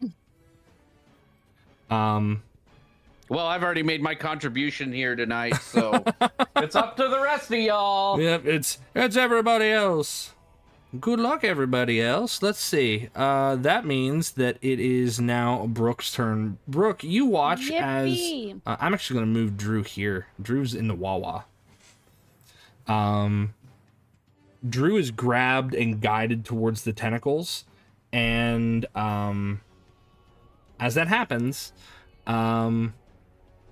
he's kind of pulled into the water. Again, this creature looks like it's going to retreat somewhere. Okay, but it hasn't yet, right? It has not. It is still within visible. It's still within your line of sight. It hasn't descended into the water yet. And I'm exactly 30 feet away. Can I tell if it has eyes? Yes, it does have eyes. It does. Cool. It has. It has these cute little beady eyes, like right here. Oh, so adorable. Therefore, I would like to try and cast blindness upon it. Ooh. And blinded it. Okay. What kind of save does it need to make? A Constitution saving throw of 10. Of 10. Yeah, it's pretty low. I rolled on the die a 5. It has a +3 to its con for a total of 8. The creature is blinded. Where's the little eye thing? That makes me happy because my stuff is working. Cool. Okay, so you choose to blind the creature. Okay. Yes. If it fails, the target is either blinded or deafened, your choice. It can make a con save at the end of its turn. Okay, but it's considered blinded. Okay. Well, since it's so freaked out that it's blinded, does it drop my friends? No. It is It is still within like survival mode, but it will be at like disadvantage to hit things that it can't see. Okay. So Well, that's good. And then I will inspire. They just have to hear me, right? They can hear me. Yeah. I'll inspire Aster with another haiku. Brooke's been practicing her haikus. Okay. I don't know if you can tell. It is. Aster is dapper. They sometimes bite the bad guys. They are nice to me. Inspired. I need you to know that I was also counting on my fingers when you were saying that. Everyone will be counting the Brook haikus from Yes. henceforth onward. Please call me out if they are wrong. I think it's funny. All right, Aster, you're inspired. Anything else, Brooke? That was very good. Good job with the blindness. Thanks. I'm still blurry, and I'm gonna stay there. Okay.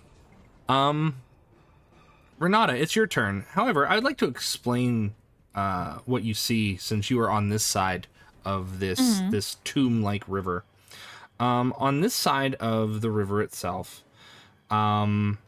you are able to perceive a great many things. But let me... More friends. Yes, more friends. Oh. More friends. Ah.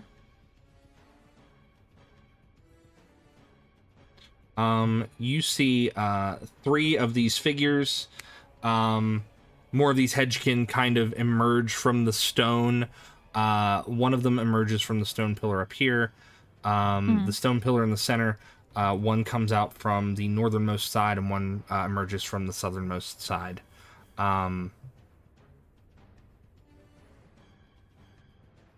So let's see. Mm-hmm.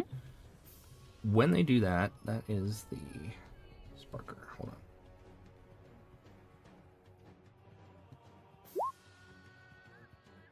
on. Mm-hmm. And they will be joining the initiative order. Oh, they're immediately aggressive. Oh, yes. Oh, very, very much so. Got it.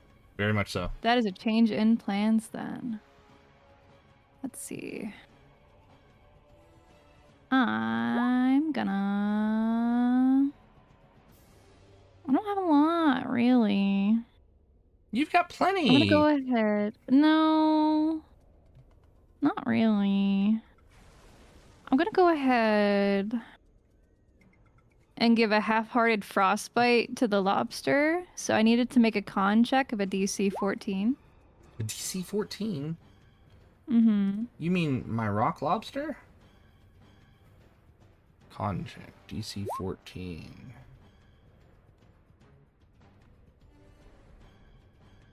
Is an 18 on the die for a total of 21. That's fine. Nothing happens then, I believe. Okay.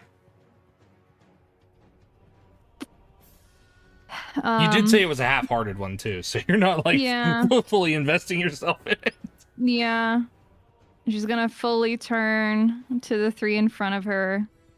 And in Undercommon, which is her best bet here, she's going to say, if you can wait your turn, we'll give you the time you want. I'm gonna guess no, though. And that's my turn. So you say that in Undercommon? I sure do. Well, by golly, wouldn't you know, they also understand Undercommon. Whoa. Would you care to make a persuasion or an intimidation check? They're the same. I mean, I think she was going... I think she's a little tired, so we'll go the persuasion route. Okay. 9.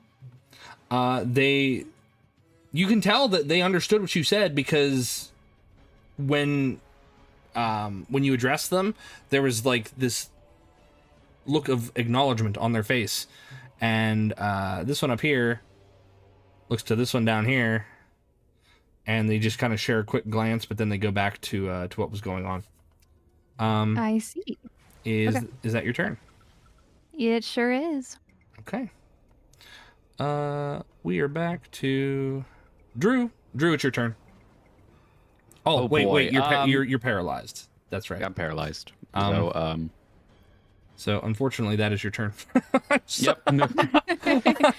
Drew has resigned himself that now he is the sushi. Yeah, he's the tasty one. Oh, is it not a save on the end of your turn? For this one, because he failed, it is not a save at the end of each turn. So, I see. Actually, no, I'm incorrect. It can. So you can repeat the save. That's a con save, right? That is correct. That's a 21. 21. Okay, you are no longer paralyzed. You were briefly paralyzed, but you are no longer paralyzed. But that is the end of your turn, though. Excellent. Huzzah. That's a huge improvement in my situation. All right. Next up is this chanter. He sees you, Renata, and he is going to also cast his Path of the Grave. I need you to make a wisdom saving throw for me, please. Okay.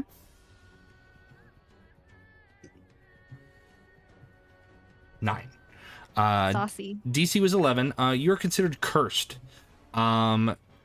This particular curse, the next time it or an ally hits the cursed creature with an attack, the creature has vulnerability to all that attack's damage until the curse ends, which it ends at the end of his turn. So you are cursed. Blah. You are cursed. But that is his turn.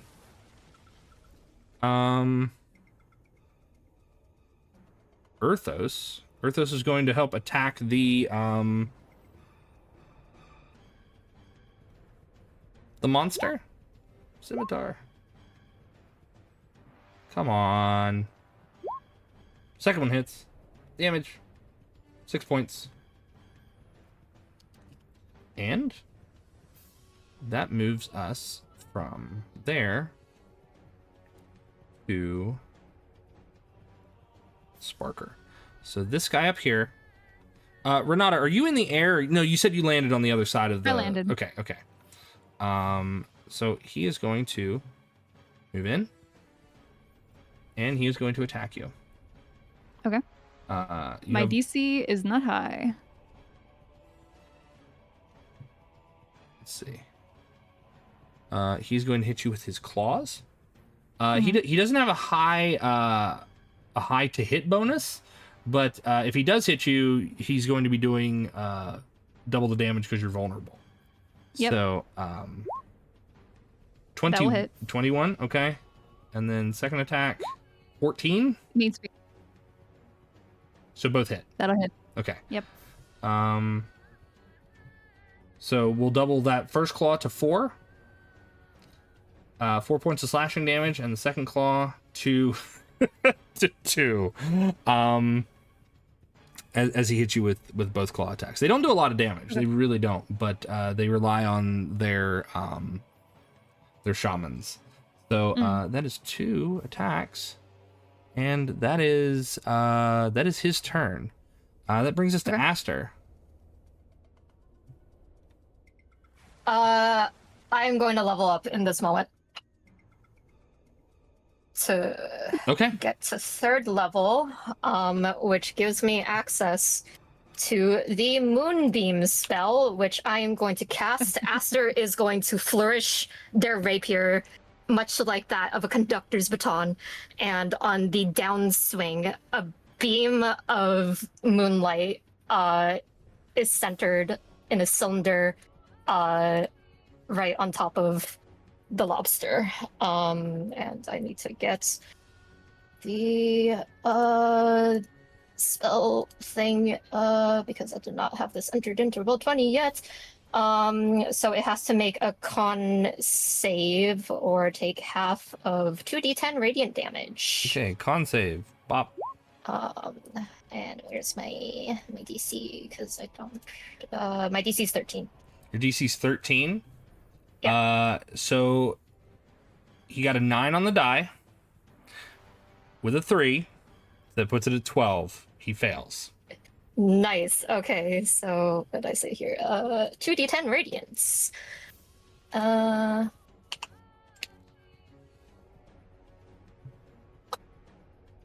15 radiant damage. 15 radiant. Okay. And my Petal Knight ability states that whenever I cast a spell, I can invoke one of my Virtuous Branches effects. Okay. So I am choosing to have the effect Graceful Protection. I'll copy this in chat. But that says, you and up to three creatures that you choose within 30 feet of you gain a bonus on the next saving throw they make within the next 10 minutes. And the bonus that they gain is equal to my proficiency rounded down. So I think it's just like 1, but it's better than nothing. Okay. So let's see. 3 creatures you choose within 30 feet. So I choose Drew. Can I see Renata? Yeah. Past this thing? Yeah, you can see her. Yeah. Drew, Renata, and our Leonin friend. Okay. So I'm going to put this.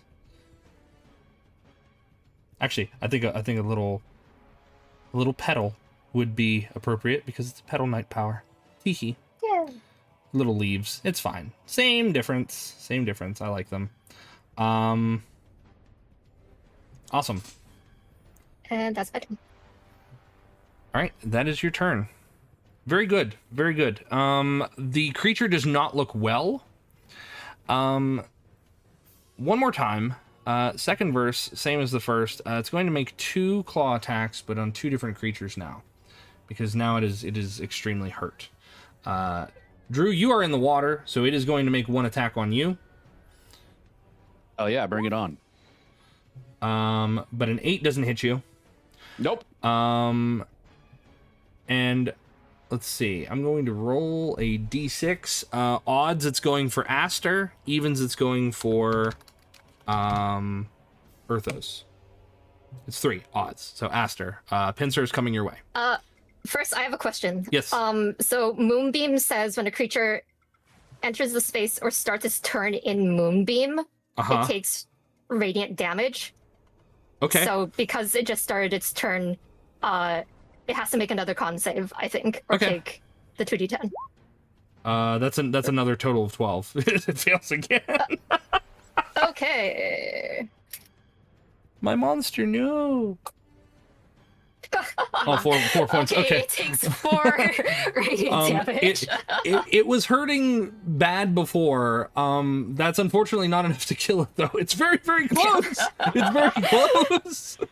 All right. So that unfortunately doesn't kill it, but it does deal more damage to it, so it makes it easier for it to be taken down in the next round or so.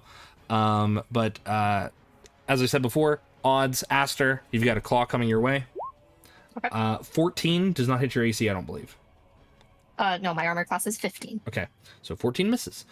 So the creature, it is blinded, so I also forgot, so it's blind, so it's also at disadvantage.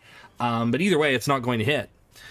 So it just snaps blindly out of the water. You see its claws kind of breach the surface and snap and splash water all over the place. But other than that, that is its turn. That brings us to Brooke. Brooke. I would like to insult it to death. Are you going to insult it to death? Okay. I'm going to insult it to death. I'm going to viciously mock it I'm going to say, you look like you'd be good basted in butter. And hopefully that works. It's a wisdom 14 saving throw. He rolled a 4 on the die. He has no bonuses. So he fails. Cool. Wait, I'm in the wrong app. Hold on. Vicious mockery. Oh, I have to type. I'm sorry. Is it slash or exclamation point? It's slash. It's slash. Slash roll? Yep. 1d4. Slash roll and then... Oh, cool. I rolled a 1. So, Brooke, you... No. Yes, you do. It had 5 hit points left. And Aster did 4 damage to it. How do you want to do this? So, yeah, you insult it to death. So I'm just so happy. Oh my god! I'm just gonna when I do that for flavor, I'm also gonna whip out my mage hand and flick it off, and give it a little sparkle Okay. to add a little zest to it. Okay. It's Basted in butter. when you say basted in butter, it goes and it gurgles and dies. It is dead. Yay! About to be. Oh, what happened to Drew? Drew's up out of the water now. Okay. He's able to get up out of the water if he wishes to, but he'll be able to do that on his turn. He was unparalyzed at the end of that, so all he realizes is that there's the big floating crawfish in the water next to him when he comes to. But that does bring us to Renata. Renata, it's your turn. I think I won't waste it. She is just going to go blow for blow. If she was attacked, she's going to attack with primal savagery, using her claws, not her bite attack. Okay. 11.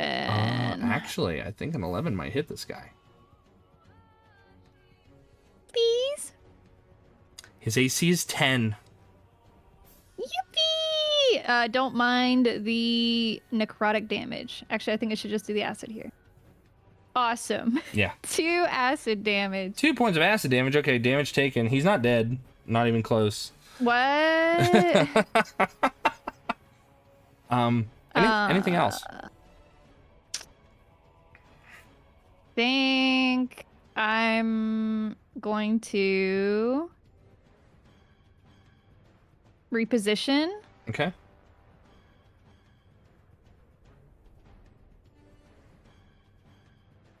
Here on the edge of the water. No, wait, no. I'm gonna stay. Okay, you're gonna stay. I'm gonna stay. That's the end of my turn.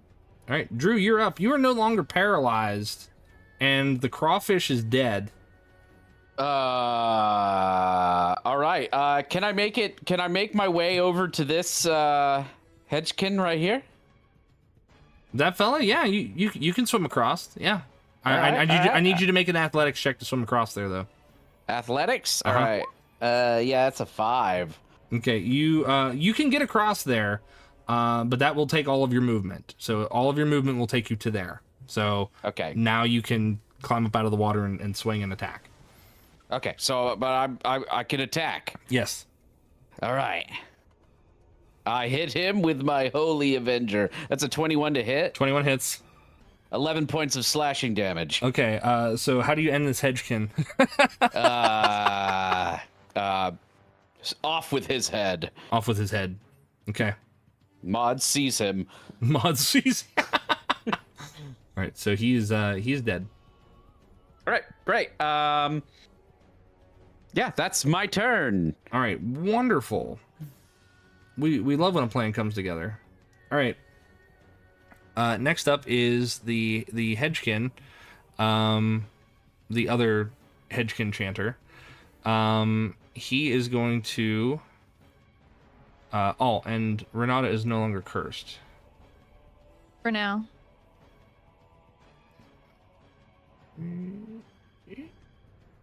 That.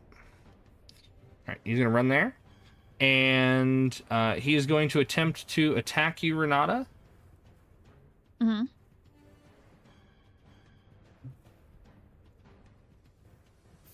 With his claw. That'll hit. Okay. 1 point of slashing damage. Okay. And then second claw. 11 does not hit. Nope. So you take 1 point of slashing damage. That is the chanter's turn. It is Erthos' turn. Erthos is going to make an athletics check and jump across the water, because why wouldn't he? Oh. Yeah, he makes it. Jumps across, bop. And then he is also going to swing his sword. He will swing his sword.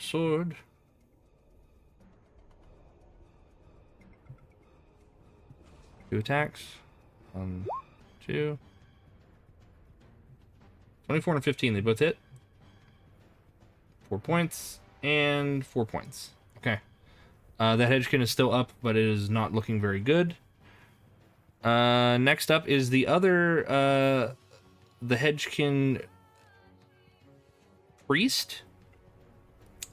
He is going to call out, and you hear him say, "Ombaga, gigagoga," and he summons something. But the thing that he summons is not something. Well, I mean, I guess it's evil, but it's not. It's not a different creature. It's another one of his kind. So, but he calls out, and emerging from the wall is their chieftain.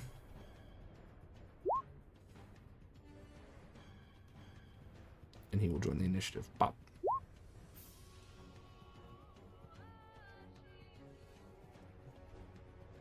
Also, thank you, Aster, for drawing the moonbeam. I appreciate that. Yep. But no, the chief is now joined the initiative, and he is going to. Let's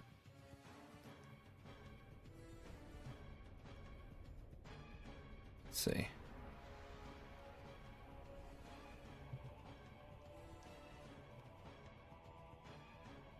So Chanter went, Sparker went. So we're on the Sparker's turn. Sparker went. All right, Sparker's done. And that brings us to Aster. Aster, it is your turn. I am going to use my action to move the moonbeam onto the sky. So it needs to make a con save. Oh Beating 13 or take half damage. Oh no, not my little man. Okay. Con save? Yep. 12. Sweet. I should really add. Okay. I am going to keep typing this in until I get my spell macro done. It takes 5 damage. All right, he's dead.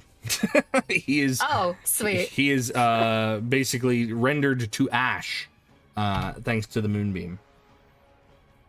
And I'm gonna use my spider climb to get over here. Yeah, I'll just stay there. And that's my turn. All right. Next up is the chief. So the chief, who is not affected by summoning sickness because he's not that kind of creature, is going to move in.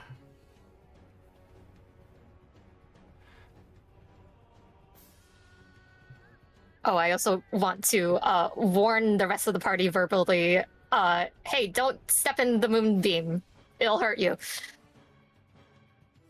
Very true. Copy. Very true. So let's see. He's going to move.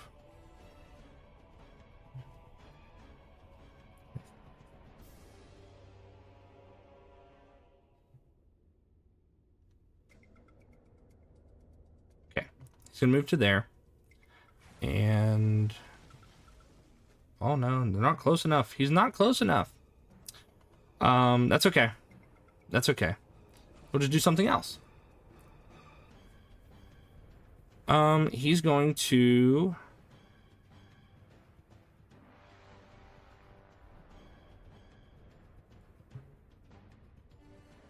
well, gosh, he's not going to do anything. He's just going to move closer. He can't do anything. All this stuff's up close, so he's going to move right here.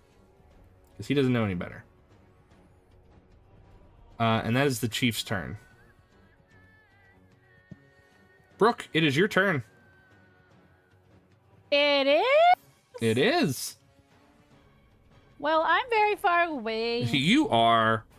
And that was on purpose, but now I would like to not be so far away. Could I don't really want to swim.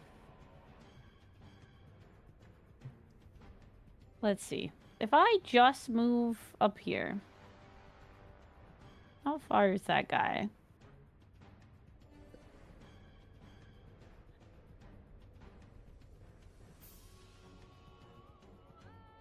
within. He's within 25 feet of me. Am I in the water if I'm. Yes. That's in the water. Yes, you're in the water. You are in the water. No. But. 60. Okay. Then I have to become unblurry if I do that. Okay, I will become. Yes. Okay, so I'm gonna fairy fire him. So I'm going to drop concentration on blur. Okay. And why was there splashing? And don't worry about it. Okay. Anyway. Oh, okay. I'm not gonna worry about it. And then, I think it's a 20-foot cube, but it's 60 feet away. So I can reach him from this side of the vast ocean puddle. Vast ocean. And I to Brooke, every body of water, a puddle is a vast ocean. Exactly. So I'd like to fairy fire him. Sparkle. Dexterity saving throw of 14. All right, 14. Chief needs to make. You said dexterity? Yeah. He got a 10. Cool. He's now sparkly. Sparkle. Blades blazing. Advantage upon him, and I'd like to inspire our lion friend. Okay. With a lyric that I heard from this really cool bardic rock band called Momford and Sons. And oh no. I'm just gonna say your boldness stands alone among the wreck, and he's inspired. All right, he is inspired. That's my turn. All right. Pretty cool. All right, Renata, it is your turn. Sorry, making a joke. Okay. Renata's not gonna make a joke though. Renata is going to attack this one. She won't say anything this time. 11. 11 on the chief? Yeah. Oh wait, is there advantage on the chief? Yeah. I 11. 11 does not hit. AC is 15.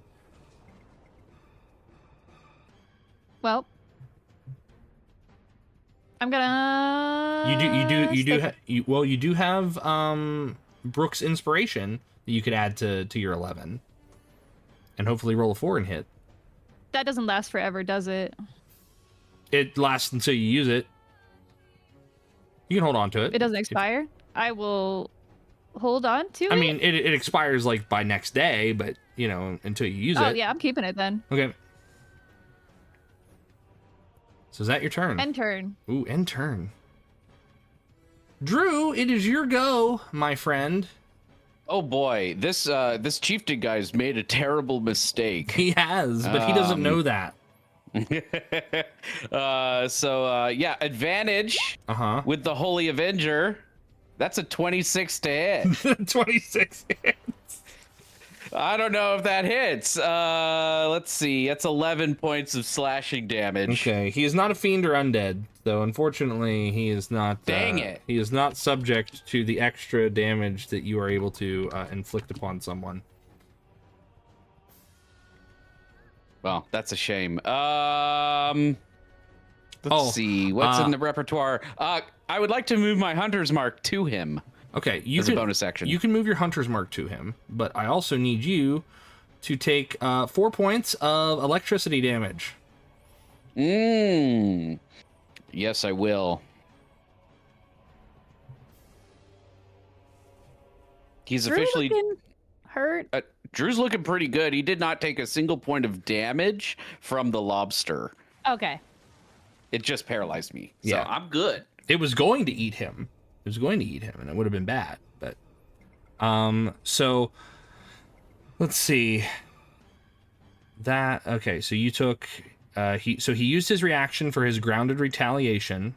When a creature within 5 feet hits with a melee attack, the attacker takes 1d8 lightning damage. You took 4.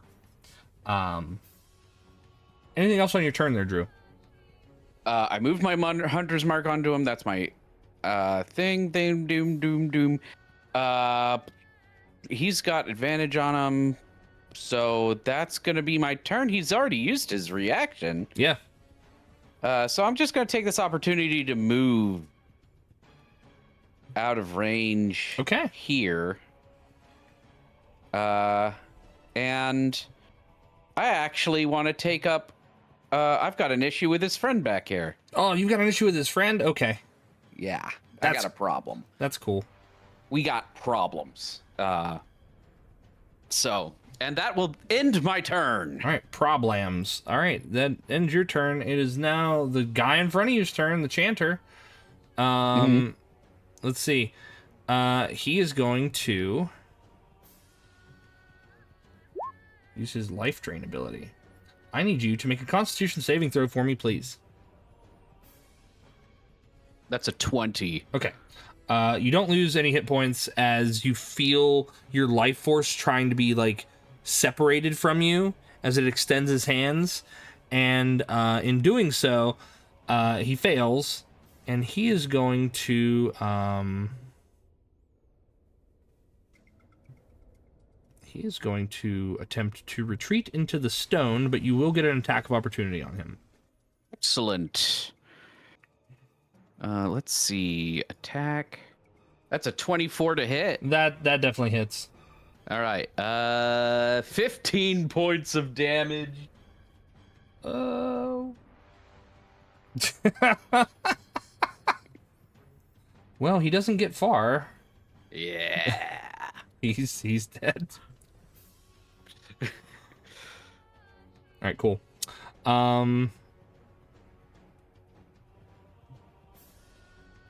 So that was Drew. Then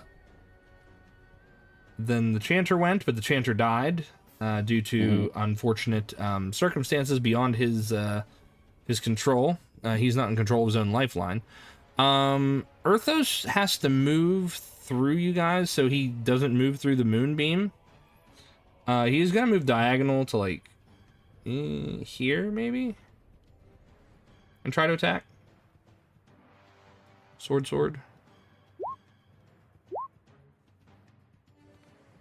Urthos should get advantage on those hits too. Yeah, so that was the first one. So the first one's a 22, and then no. So he hits on the first one only for 9 points. Okay, cool. Other than that, that brings us to Aster. Aster, it's your turn. Flourishing my rapier again to move the moonbeam onto this guy. Okay. So he needs to make the Constitution saving throw. No, not a saving throw. He actually has a really high save. Okay, well. Oh, yes, well, it doesn't matter that he has a high save because he rolled a 1. He has a +8. So it's a total of a 9. So how much damage does he take? He takes 16 moonbeam damage. Gross! No! Gross! Okay, cool. All right, I love that. What a wonderful time to be alive. He's still up. He has a lot of hit points. I'm staying over here. Okay. That's it. That's your turn? All right, it is the chief's turn. And I need to make another Constitution saving throw. Oh, no. Maybe he'll fail this one, too. No, he made that one. That's a total of a 25. Okay, well, he takes half damage, so he takes 5 damage. All right, 5 damage. Damage taken. All right, so he's going to use his static burst ability. Creatures within a 10-foot radius centered on himself must make a dexterity saving throw. So that would be Renata and Urthos. I fail.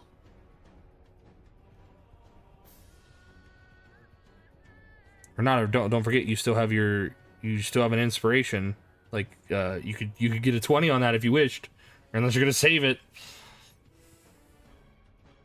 No, I don't think I will. I'll save it. Okay. Earthos also failed. That's pretty bad. So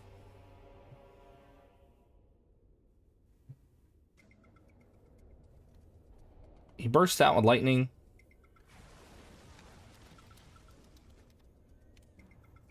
For 18 points of lightning damage. And if you failed to save, you're also knocked prone. All right. Prone. Can I use frenetic reflection on that? Because it triggers when. Or here, I'll click Okay. this. By reflecting their misfortune on others, when the creature you see takes damage from an attack, or yeah, it can. Okay, I'm going to save Renata and reflect the damage back to the leader using frenetic reflection. Okay. So, Renata, you only take 9 points of damage. And 9 points go back to the chief. However, because it is lightning damage, the chief instead heals 9 points of damage. Oh, okay. However, with that burst of electric energy that kind of leaves his body, Earthos is slammed up against the wall, and his body goes still. Oh.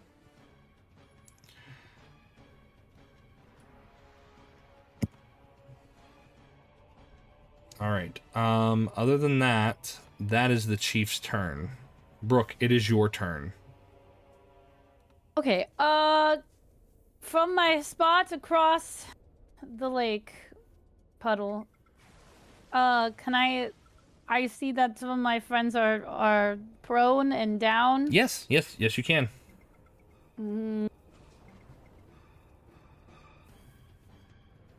Like, Earthos is like down, right? Like he's very hurt. You can't exactly tell from where you are, but you can tell he's down.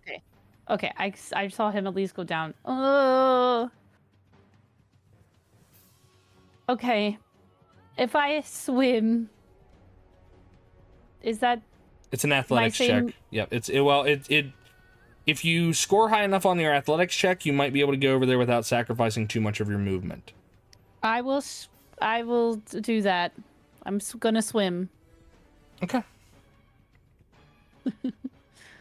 So give me an athletics check, please. Okay.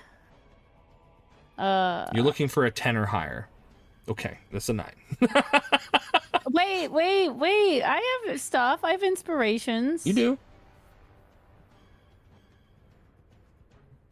I wanted to use that. Go ahead and use it. I'm not telling you not to use it.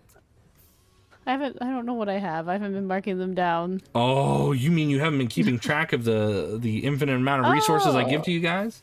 I see where you do that now. I found the button. Yeah. What do I do? Do I re-roll? Yeah. Okay. Re-roll. Again, you were looking for a 10 or higher. Brooke. Okay, so I spend my turn swimming through the vast sea. Yeah, you again, because the water is 15 feet deep and you are less than 5 feet tall, you're able to make it here. Okay, I'm treading water over here. Yeah, you are. You're like barely doggy paddling. And I think both of these friends are inspired already, so. Mm-hmm. Okay, that's it. Alrighty. That brings us to Renata. Renata, it is your turn. You are prone. Mm-hmm. Would you like and to he's also in the moonbeam. Yes, he is. Yeah.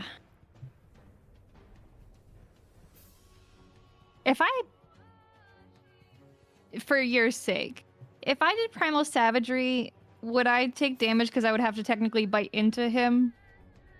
You're not ending your turn in the moonbeam. Okay. But it's if I enter it too. Yeah, so That's all right. I can do something else. I just wanted to confirm. yeah, I think you would take damage if you moved into it. I will cast disengage. I guess disengage. All right. If I crawl, that's half speed, right? Yes. Okay, I'll just get up then. So that's half anyway. Yeah. I'm gonna fly over here on. I'm gonna fly here, I think, Okay. and that'll be my turn. All right. That'll work. Drew. All right, I am going to make my way over to yond chieftain, Uh-huh. and I am going to, let's see, I'm going to strike him with my sword. That's a 12 to hit. 12 does not hit. 12 does not hit. Well, he still has the fairy fire on him. So Oh, that's true. That's true. That's a 21 to hit. 21 hits. Yeah, it's a 14 points of damage. Okay. Now, you technically entered the moonbeam. Does it Wait, count but if it's his my sword. Oh yeah. Like, Yeah, that's true. It's his sword. So you're swinging. Okay. It's not teeth. It's not claws. But I mean, technically then we should have allowed Renata to do it too. Because it's like a quick strike. All good. All right. Well, I'm just gonna go ahead and pump a divine smite into that too, Okay. because this guy's kind of nasty. So that's another 6 points of damage. Okay. Well, because he did have his turn, he did get his reaction back. I need you to take 5 points of lightning damage. Very well. Damage taken. Okay. Anything else? Well, I think I'm going to retreat over here behind my lion friend who's dying, and it's a divine smite is technically a bonus action. Yes. To cast. Yes. So I can't use lay on hands, which is actually an action, I believe. Yes, it is. Okay. It's it's healing word that is a bonus action. That's true. This is true, and I don't have that. So your boy is going to prioritize damage over healing his lion companion. Okay. And that will be his turn. All right. That is Drew's turn. Earthos, and then Aster, it's your turn. I'm gonna stab it. Stab it.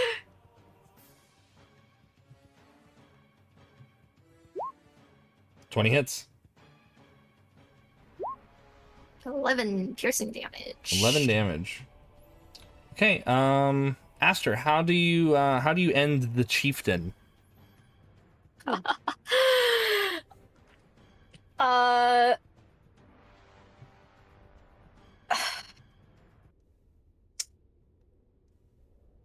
Dispelling the moonbeam, Aster jumps up into the sky, or in the air, and stabs downwards,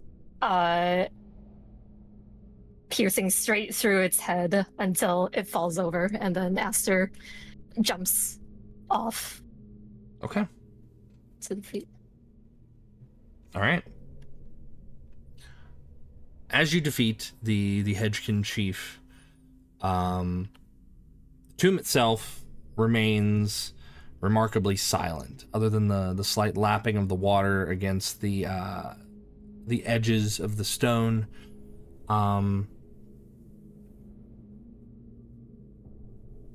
What do all of you do? I complete my swim to the other side. Okay, you get to the other side. Check on Earthos. Earthos is unconscious but not dead yet, right? Earthos is dead. Earthos is dead. Okay.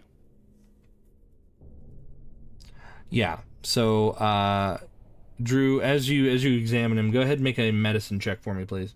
I'll make a medicine check. That's a 21. Right, 21. So you can tell like a combination of the lightning damage he had taken, plus the impact of him hitting the wall. He wasn't going. He had taken a lot of damage from the creature as well. So he wasn't holding on to very much. Right. And it kind of put him over. Well, Drew's gonna pick him up, pull him up against the wall, close his eyes, pull out his holy symbol, and say a quick prayer, and let him sit there and revel in his warrior's death that he got to receive. Okay. All right. And then I am going to take out my last potion of healing and drink it. All right.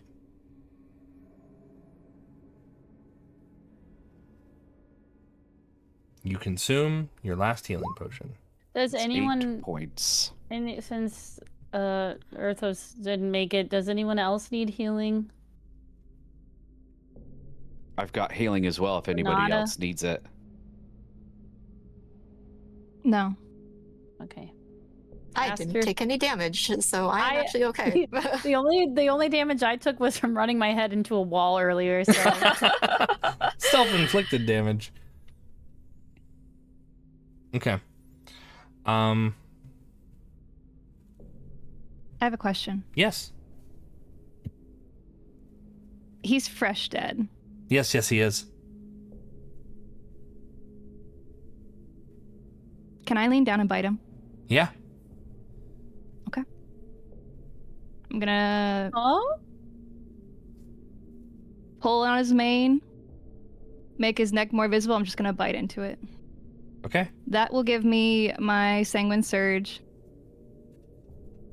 I'm not gonna use it yet though, Okay, that's fine. and I'm just gonna drop him as the useless toy that he is, and get ready to go.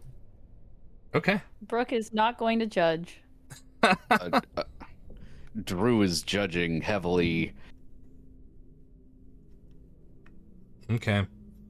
So yeah, you watch as Renata, kind of bites into Earthos's neck and seemingly feeds. And Renata, as you approach these stairs, you see that it is a wide stone staircase that leads down into a small little, almost a sub room, like a little recessed sub room. You could see in the center of the floor is a what appears to be a long serpentine skeleton. There's a stone door on the easternmost wall from your position, and a stone slab on the westernmost wall. This appears. I think I know what shape this is. Can I do a quick? Do I hear any mechanics? Do you hear any mechanics? Actually, yes, you do. Interesting. Do you need me to roll to see how good I hear it? Yes, please. I will. You're familiar with the sound. I just need to know how well you hear it. 13. 13. I mean, you know that the mechanisms are working. They are not in a dysfunctional state, but they are working. Just gonna walk. Okay. What about the rest of you?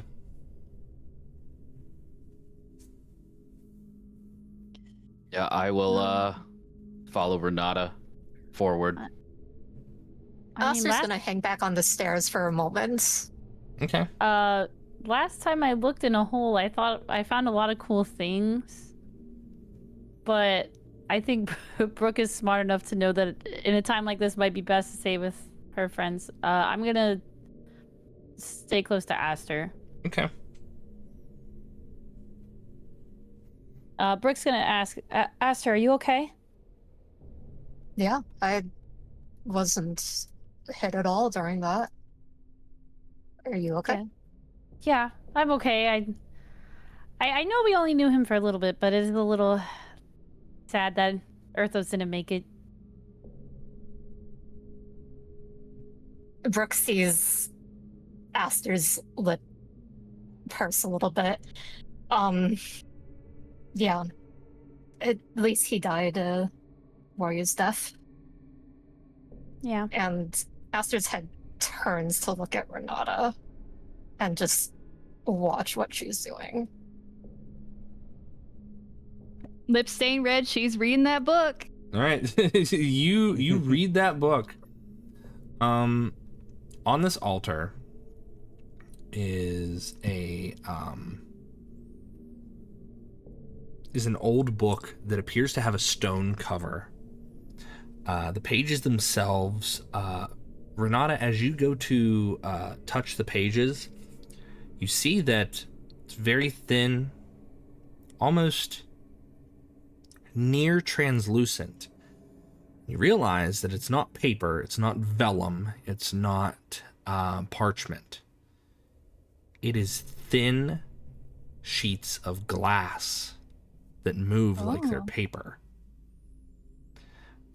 Inscribed upon them are many different types of symbols. Renata, what languages do you speak? Let me ping it for you. I don't know if there's an easy way to ping it in this. I will just send it to you. That's fine.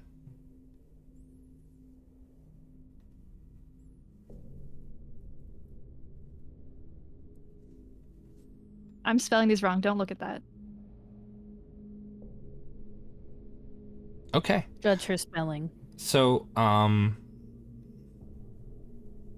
you do speak one of the languages. Oh.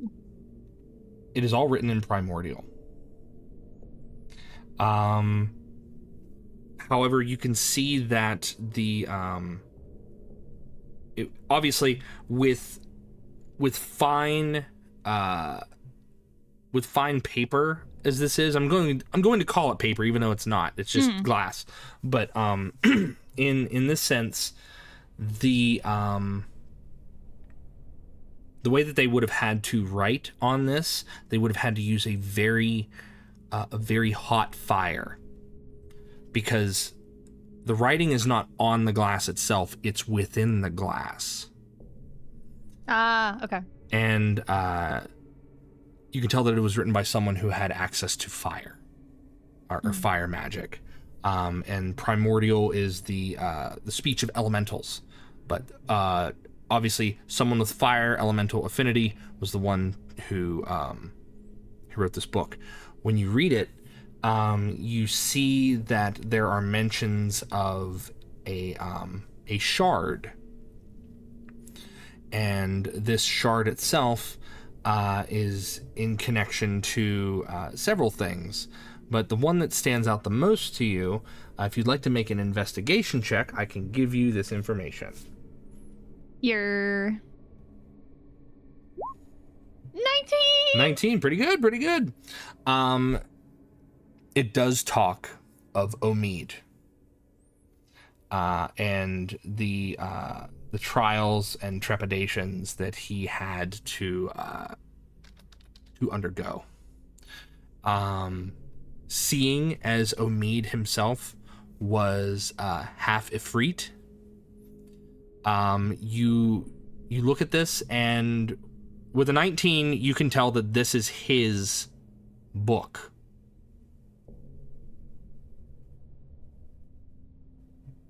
He just left it out like this. Yes. Is there any significance to the page it was currently on when I walked in? You glance down, and as you're reading some of the pages, you see that one of the lines reads, fires burn bright, tales ignite. But the word tales is spelled not Tales, but Tails. And when that happens, Drew, you're standing right there, right? Like right there? Yeah, I'm kind of Like right there, looking. Yeah, ish. Okay. I was gonna say I would have kind of worked my way up and start looking over her shoulder to see what she's reading. Okay. So I need you to make a dexterity saving throw, and you are no longer affected by the poison from earlier. Okay. Dex save. That's a natural 20. That's a natural 20. Drew, as you're looking, you see like something like a warrior's sense. You know something is about to sneak up on you. Renata, as you're reading that page, the tail of this skeleton whips up, and very quickly, and I will say that Aster and Brooke, you all hear a whoosh as it sounds like a whip cracking, and it echoes in this chamber. And Drew, you escape being struck with a very sharp looking bone tail. And it continues to kind of thrash around in the area. As you are still reading this, Renata, you hear the crack, and does it draw your attention when that cracks? Yes. Okay. Roars of flame begin to accompany these braziers that are in the corners of the room. And they weren't lit before, but they are now. They burn in each corner, and the snake-like creature in the center, its eye sockets smolder with lifelike embers, and the altar in which this book is on begins to lower into the floor with the book. Do I have the chance to read anything else before it lowers, if I notice this? You can grab the book if you want. I will do so. Okay. You snag the book, and just as you do, the altar lowers and flattens evenly with the floor. There's a puff of smoke as skeletal forms begin to emerge. Allow me to...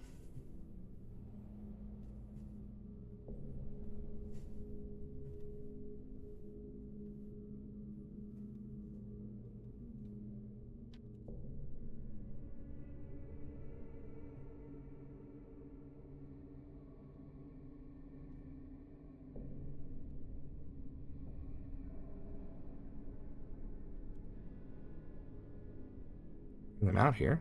You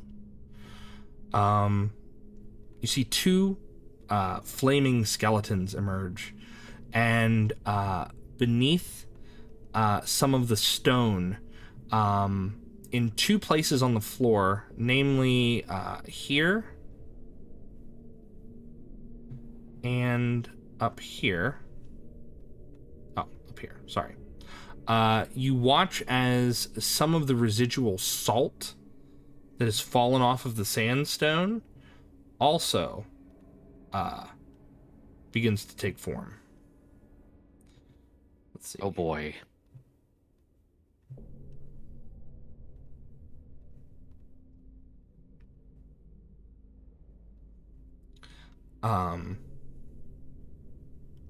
From there, skeletal forms appear in two of the in the northmost and the southmost braziers, undamaged by the flames themselves, fire flares in their eye sockets, and the tail on the floor continues to thrash and whip around every so often, just a whoosh, whoosh, ringing out in the air.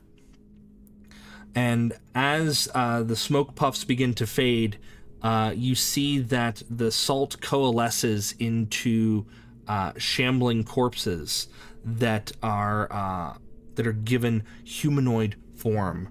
And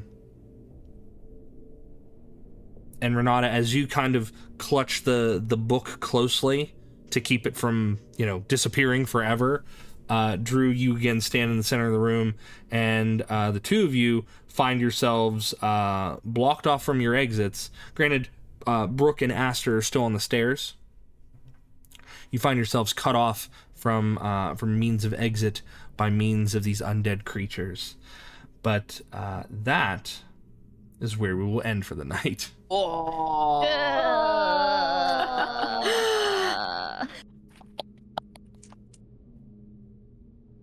Ta-da! Very good. That was. Hey, so More good. fights. We're getting TPK'd next episode. I see. I get it now. Oh man.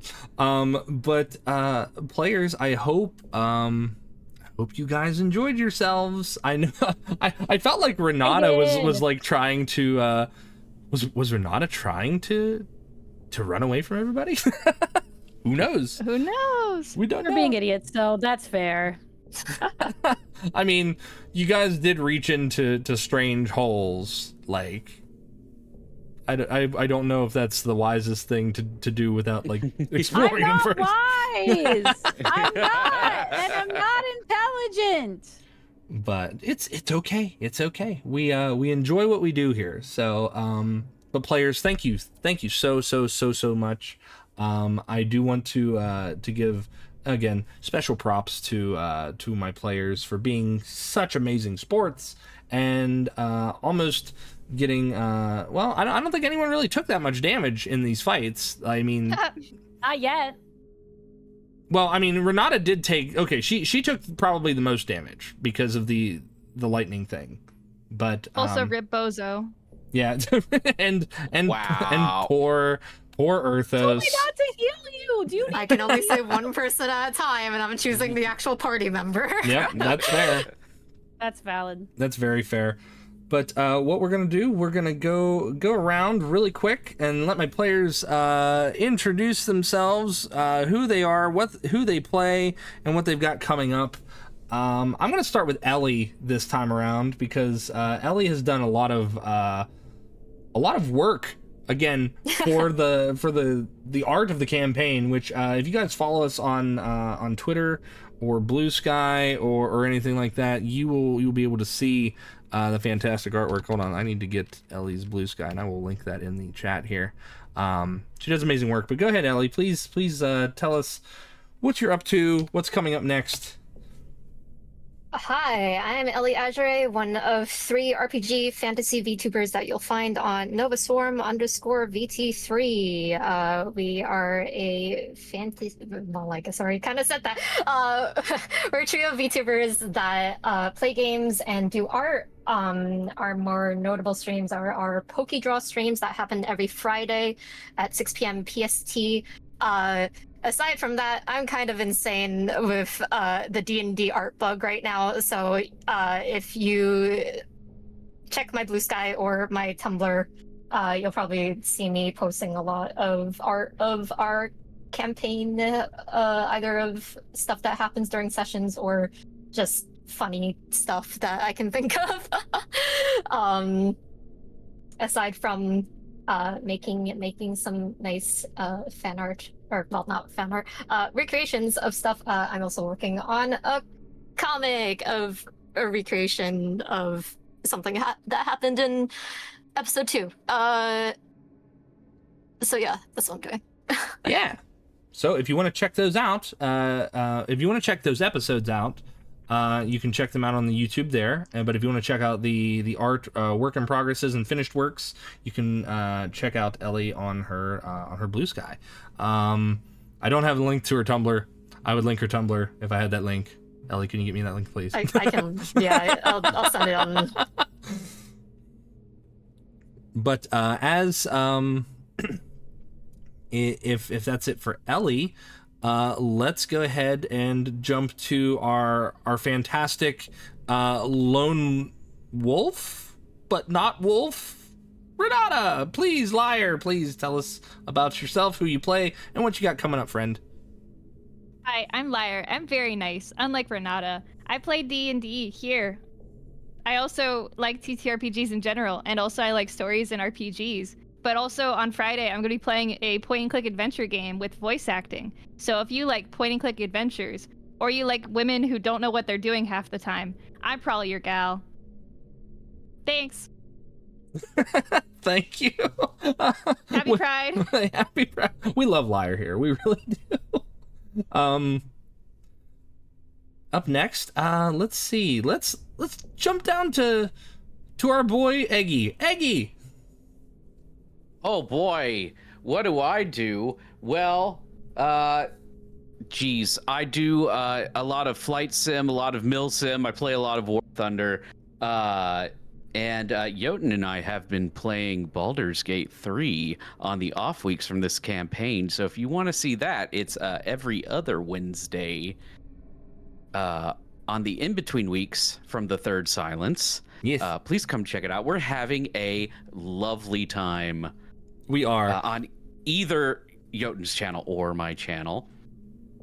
Yeah, watch it on Eggy's channel. Watch it there. No, You can watch it on Jotun's channel. You can watch a D&D here. You can watch Baldur's Gate there. We'll share custody. That's what we'll do. We'll share custody of the viewers. But most importantly, it's gonna be my wife's birthday on Friday. That would be Ooh. Lyric, the player of Brook. Oh. So we have some fun stuff going there. So go What's that? go follow her. Yay! Well, I was gonna say that, so you took my thing. Well, last Got but him. not least, Lyric. Go ahead and do what you can with the leftovers that Eggy left you. Hello, I'm Lyric, the Vinyl Angel VTuber. Happy Pride, everybody! I'm going to make it my mission to be extra disaster bisexual this month since it is Pride Month. You're welcome and sorry. Also, it's my birthday on Friday, so we're going to do. We're gonna react to Summer Game Fest. Once I get the other email from Jeff Keighley himself, we're gonna do that because I like when it falls on my birthday. It makes me very happy, and we're gonna react to all the trailers, and then I'm gonna do some karaoke, which I think will be in 3D for my birthday. Yeah. 3D. 3D, and there might be some announcements, and if I can get it finished in time, maybe a song cover. Woohoo! Maybe if I can finish it. Yeah. All right, awesome. So, if you are not currently following Liar or Lyric or Eggy or Elly at Novaswarm, you guys need to do so because you're doing yourselves a great disservice. But I myself, I'm Jotun Redwulf, Viking VTuber, professional dungeon master, and again, I play games like Baldur's Gate, Pokemon, and other such things. But we mostly do the D&D here on the channel. And again, you can find our VODs for this campaign and others that all take place in the same world, but not necessarily the same time. They're on Perception Checked. We don't have any sponsors, not yet anyway. I'm sure if we got some, I would do more announcements at the beginning and at the end. But you know, we'll see. We'll see how that works. Yeah, sponsored by viewers like you. Thank you. Thank you. Thank you, Liar. Thank you, viewers. Thanks, viewers. But no, we really do appreciate you, chat. Thank you for hanging out here. Thank you, players, for hanging out here. Coming up this week, I don't have anything else this week. So this is going to be my work week, other than uploading TikToks and whatnot of clips from our games and whatnot. Where are we gonna raid out to? Where are we going? Do we know? Do we have suggestions? Maybe. I don't know. If you have nothing, I have a suggestion. Okay, who we got? I will send to you. Sending to me? Well, I'll send to everybody. Yeah. They're lovely. Me. Wait, let me make sure she's still streaming. Okay, she's still streaming. Huzzah. The D&D related VTuber. D&D adjacent. Let's go. D&D adjacent. D&D, yeah. She's a tiefling bard. Oh, wow. VTuber. Okay. So we are going to raid into let me see if I say her name right. Castalico. Yep. She goes by Cass. Cass. Okay, Either's fine. Fantastic. So we're gonna raid into Castalico with a good old fashioned. What should a raid message be? Rip Bozo? No, not Rip Bozo. That would be that'd be so mean to raid into somebody's somebody's stream that way. The lion, the Fire lizard. raid. What's that? Liar? I was just say fire raid. Fire Meat raid? and lobster tonight. Oh, me and lobster tonight's pretty good. What we eating lobster tonight? Yeah, that's fine. Sure. Is there a free is there like a lobster remote? I don't know. Is there? I don't know. Well, there's probably like an emoji. We eating that's perfect. I love that. So we're gonna go with an we eating lobster tonight raid. Friends, if you don't have any of our emotes, use whatever emote you have. Please be polite, read the room, and as always, please be polite to the streamer we're about to drop in on. They might be in the middle of something and may not be able to respond to us right away. I'm sure they'll go to us if they can when they can. If you like the streamer's content, please give them a follow. If you really like their content, give them a subscribe. You're not required to do either, but do remember a follow is free. Can I get that typed properly? I can. All right. So, other than that, you can catch us here every other Wednesday unless things change. So, say goodbye, everybody. Goodbye, everybody. everybody. Bye, everybody.